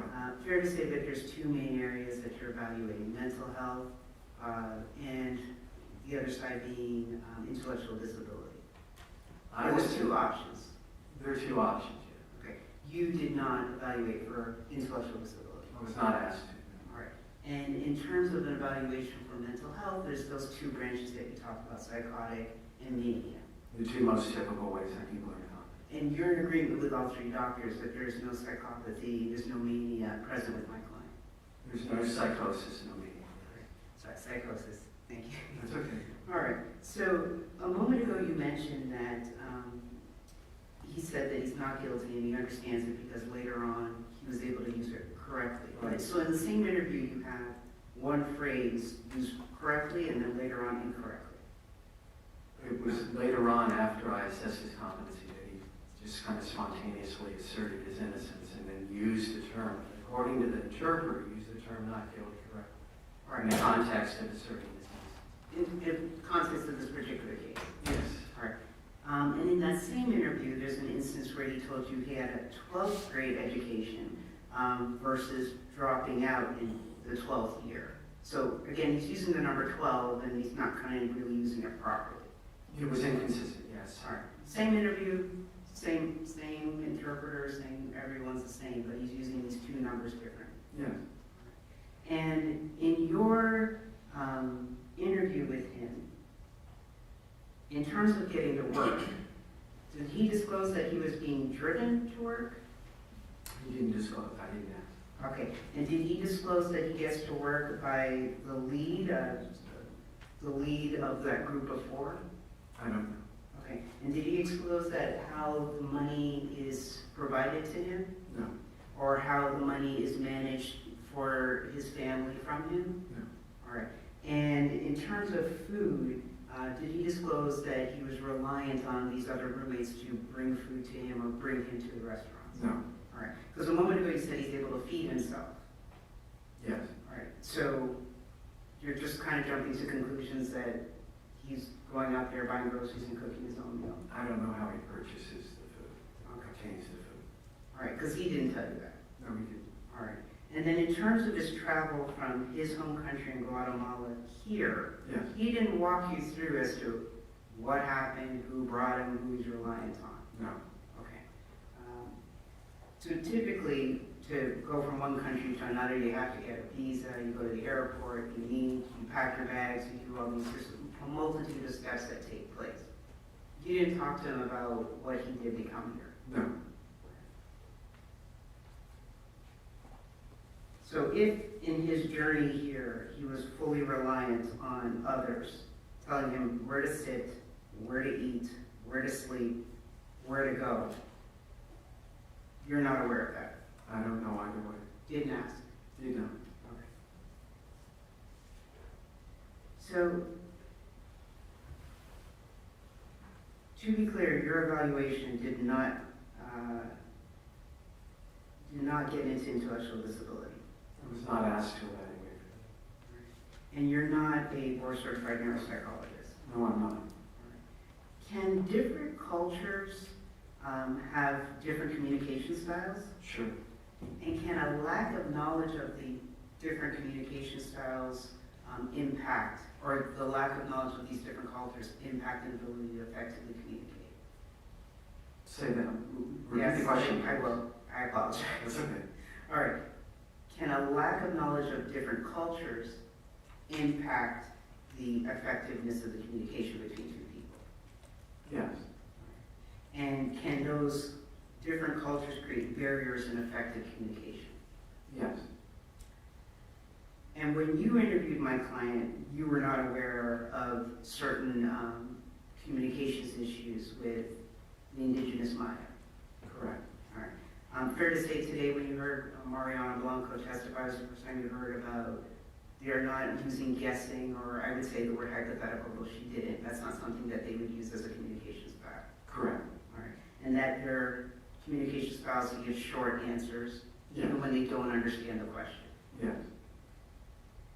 And in your report, I understand you're saying that he's competent, but in your report, you do mention that there's a concern of his factual understanding of the proceedings, correct? It was poor. Okay. And that he had difficulty understanding your questions, and again, this is through an interpreter. On some occasions, yes, I repeated questions. And that he had a poor understanding of the adversary nature of this legal process. He claimed to, yes. Okay. And partly because his understanding of the legal process is from Guatemala, not the United States. I think that is probably one relevant factor, yes. Okay. There could be others, but again, you didn't evaluate, you weren't told to do any evaluations for intellectual disability. I was not. No further questions, Your Honor. Redirect. Hang on. May this witness be excused? Yes, Your Honor. Thank you very much, sir. You are free to go. Thank you, Your Honor. Steve, do you have any additional questions? No, Your Honor, not on that. All right. Your argument, start with your defense.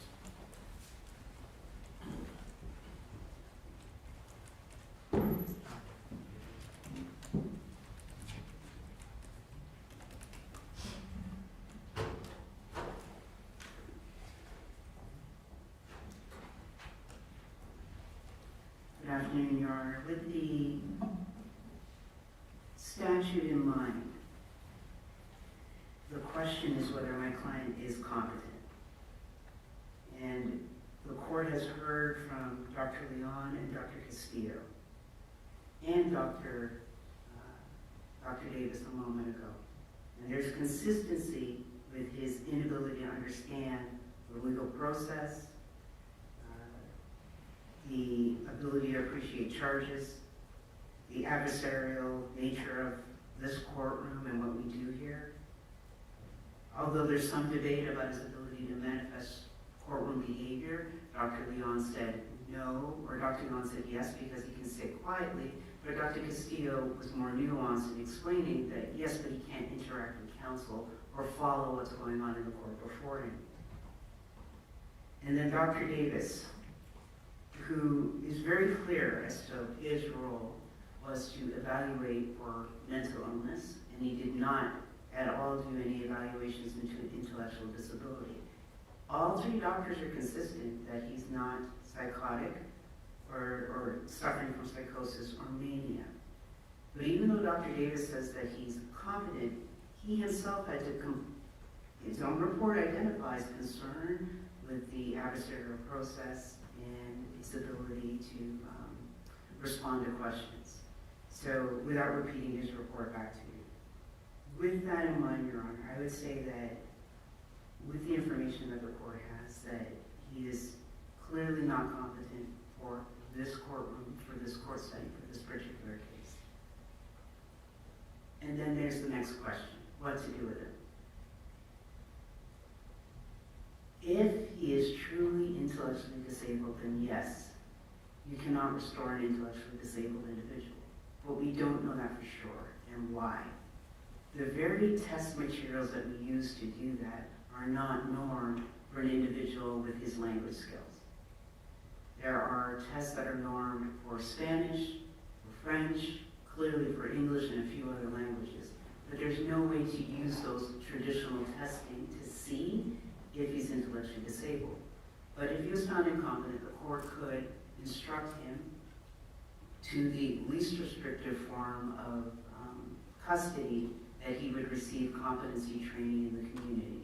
And yes, I'm not blind to the immigration detainer that exists in this particular case.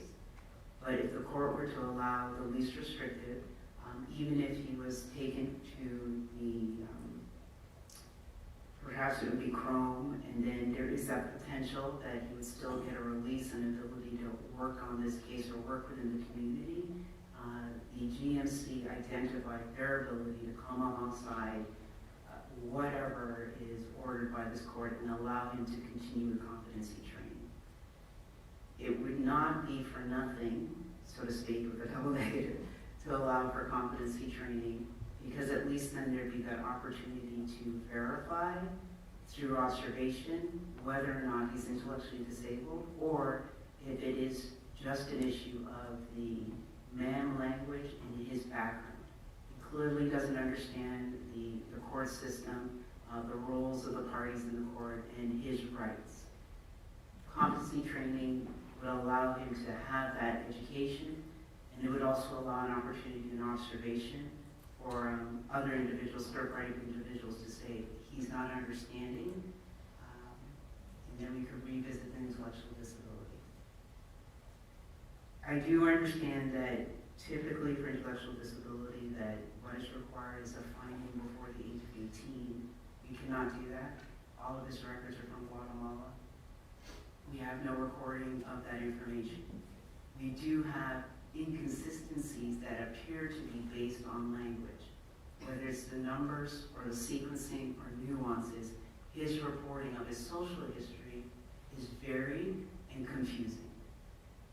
Is that because he's intellectually disabled, or is that a function of his language? We don't know right now, and that's why the competency training would be helpful. So I'd ask the court to, without rehashing everything, because I know the court took notes and paid attention, I'd ask the court to find him incompetent, place him in the least restrictive, meaning his release, and allow for competency training with the appropriate agencies, and if need be, allowing the GMC to assist, not just with transportation, but also with other issues that he would need for daily living. And to be clear, it's not just that Dr. Davis did not evaluate him for intellectual disability. He didn't do those follow-up questions in terms of how do you eat, how do you get to work. So for him to say that he can do these daily living functions is quite the stretch.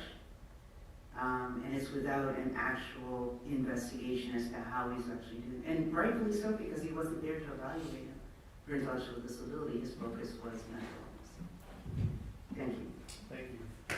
Steve?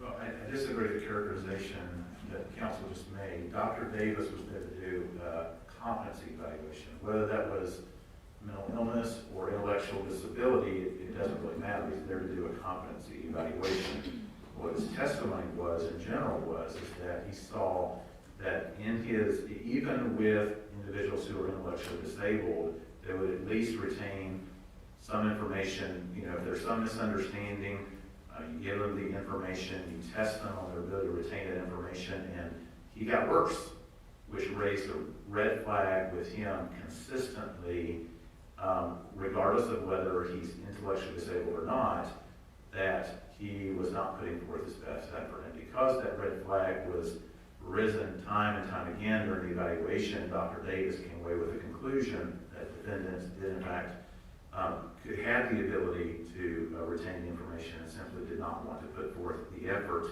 to provide his answers. And so it was his opinion, and he sat here through the testimony of the other two doctors, and despite their testimony, was not persuaded.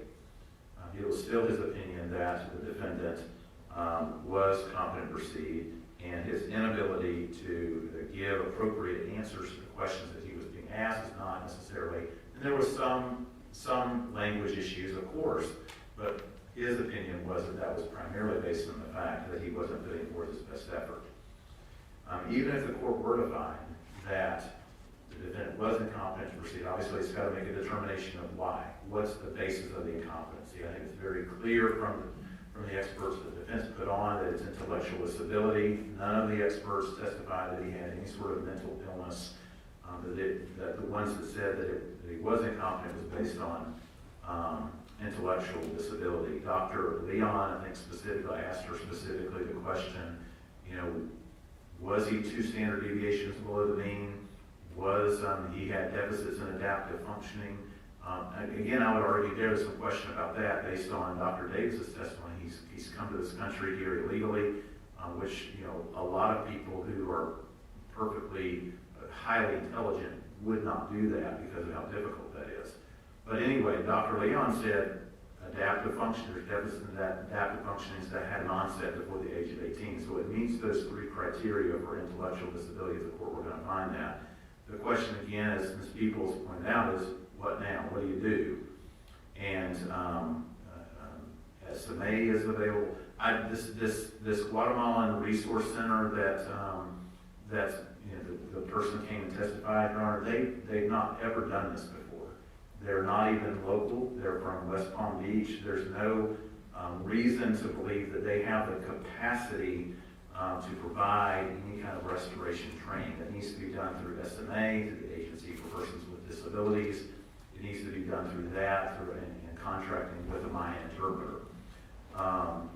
This idea, even though counsel admits she understands there's an immigration hold, even if the court were to do that, there's not really going to be any way, practically speaking, for him to get outpatient competent training.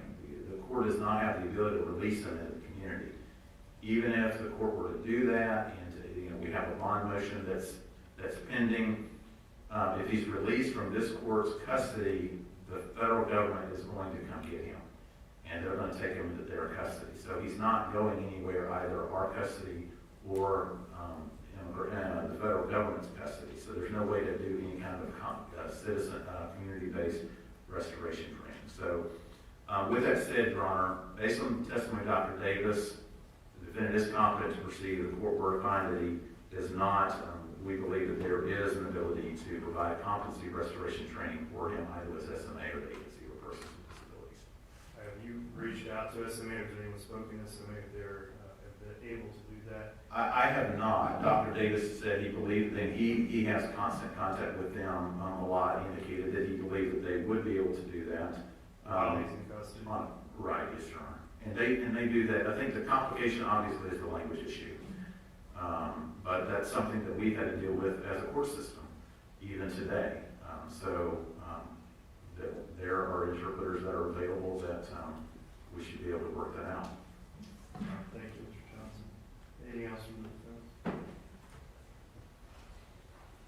Very briefly, Your Honor, that point of clarification that the GMC was not here offering competency training, but just to facilitate in terms of bringing him back and forth for transportation, if released, allowing him to be in close proximity to his family, if the court allowed, if the court wanted him to stay here in St. Augustine, they would make provision for that in terms of providing housing, transportation, and training in terms of how to deal with or talk to teachers and things of that nature, that there are clear and distinct cultural differences between my client in his interaction with any government agency, and they can come alongside and help with that. But if the court did order competency training, that they could facilitate that, meaning bring him to the doctor, take him back. And we're assuming that he's going to be released, which that's a pretty large assumption. So what could the court order if the court goes along with this? What could the court order while he's in custody? While he's in custody, Right, because the reason I'm saying that is because the court knows that it goes to the least restrictive form. I understand that the least restrictive form, as we know it, is that regardless of what this court does, the federal government also has a hold on him, so he would not be released. So I'm asking again, other than releasing him to the public, what are the court's options? Based on the representations of the doctors, it would be, if not out, I do believe the report from Castillo would be the state hospital.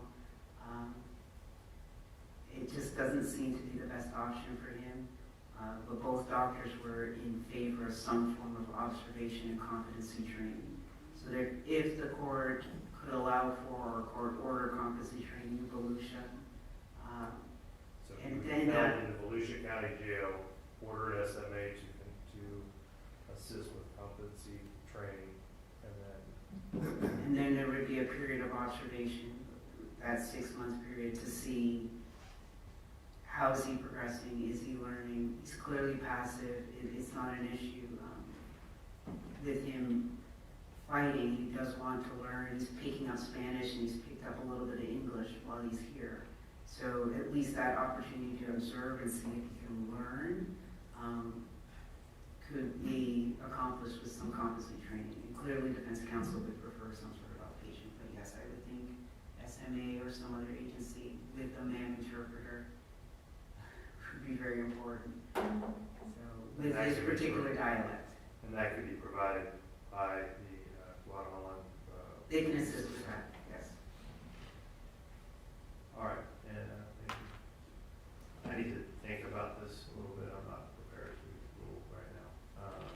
I don't know what that does for a bond motion, for a bond hearing. Do you want to still proceed on that, or do you want to table that for another day until the court can rule on this issue of the bond?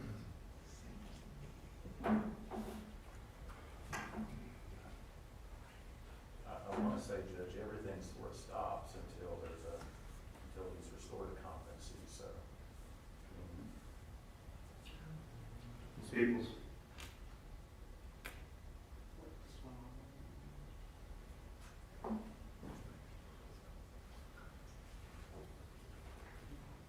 And it's the court's position that competency has to be resolved first. Well, what does the law say? Can you tell me? It's my understanding, and I Well, don't have, are the proceedings stayed until this determination can be made? it's the understanding of counsel, yes, Your Honor. I'm not perfectly clear, it's just my understanding of competency is that I'm allowed to move forward with the motions that are not dispositive. And that's why I filed a motion seeking bond. I believe that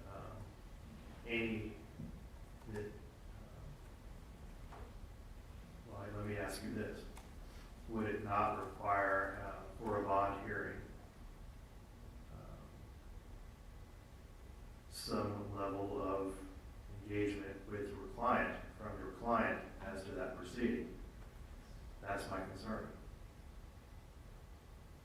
Yes. So unless you can tell me that you could go forward without any level of engagement or participation by your client, then I think that we know the answer to this. Yes. All right. I will certainly recognize that we need to get that bond hearing scheduled as quickly as possible. So I will think about this a little bit more. This is a complex situation, as we can all agree.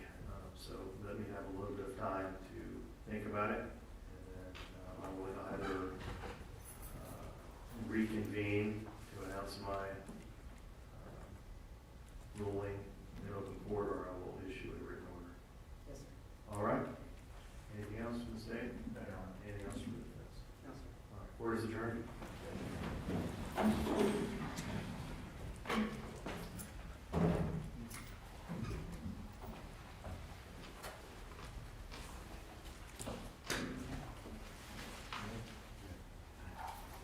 Madam Interpreter, thank you very much.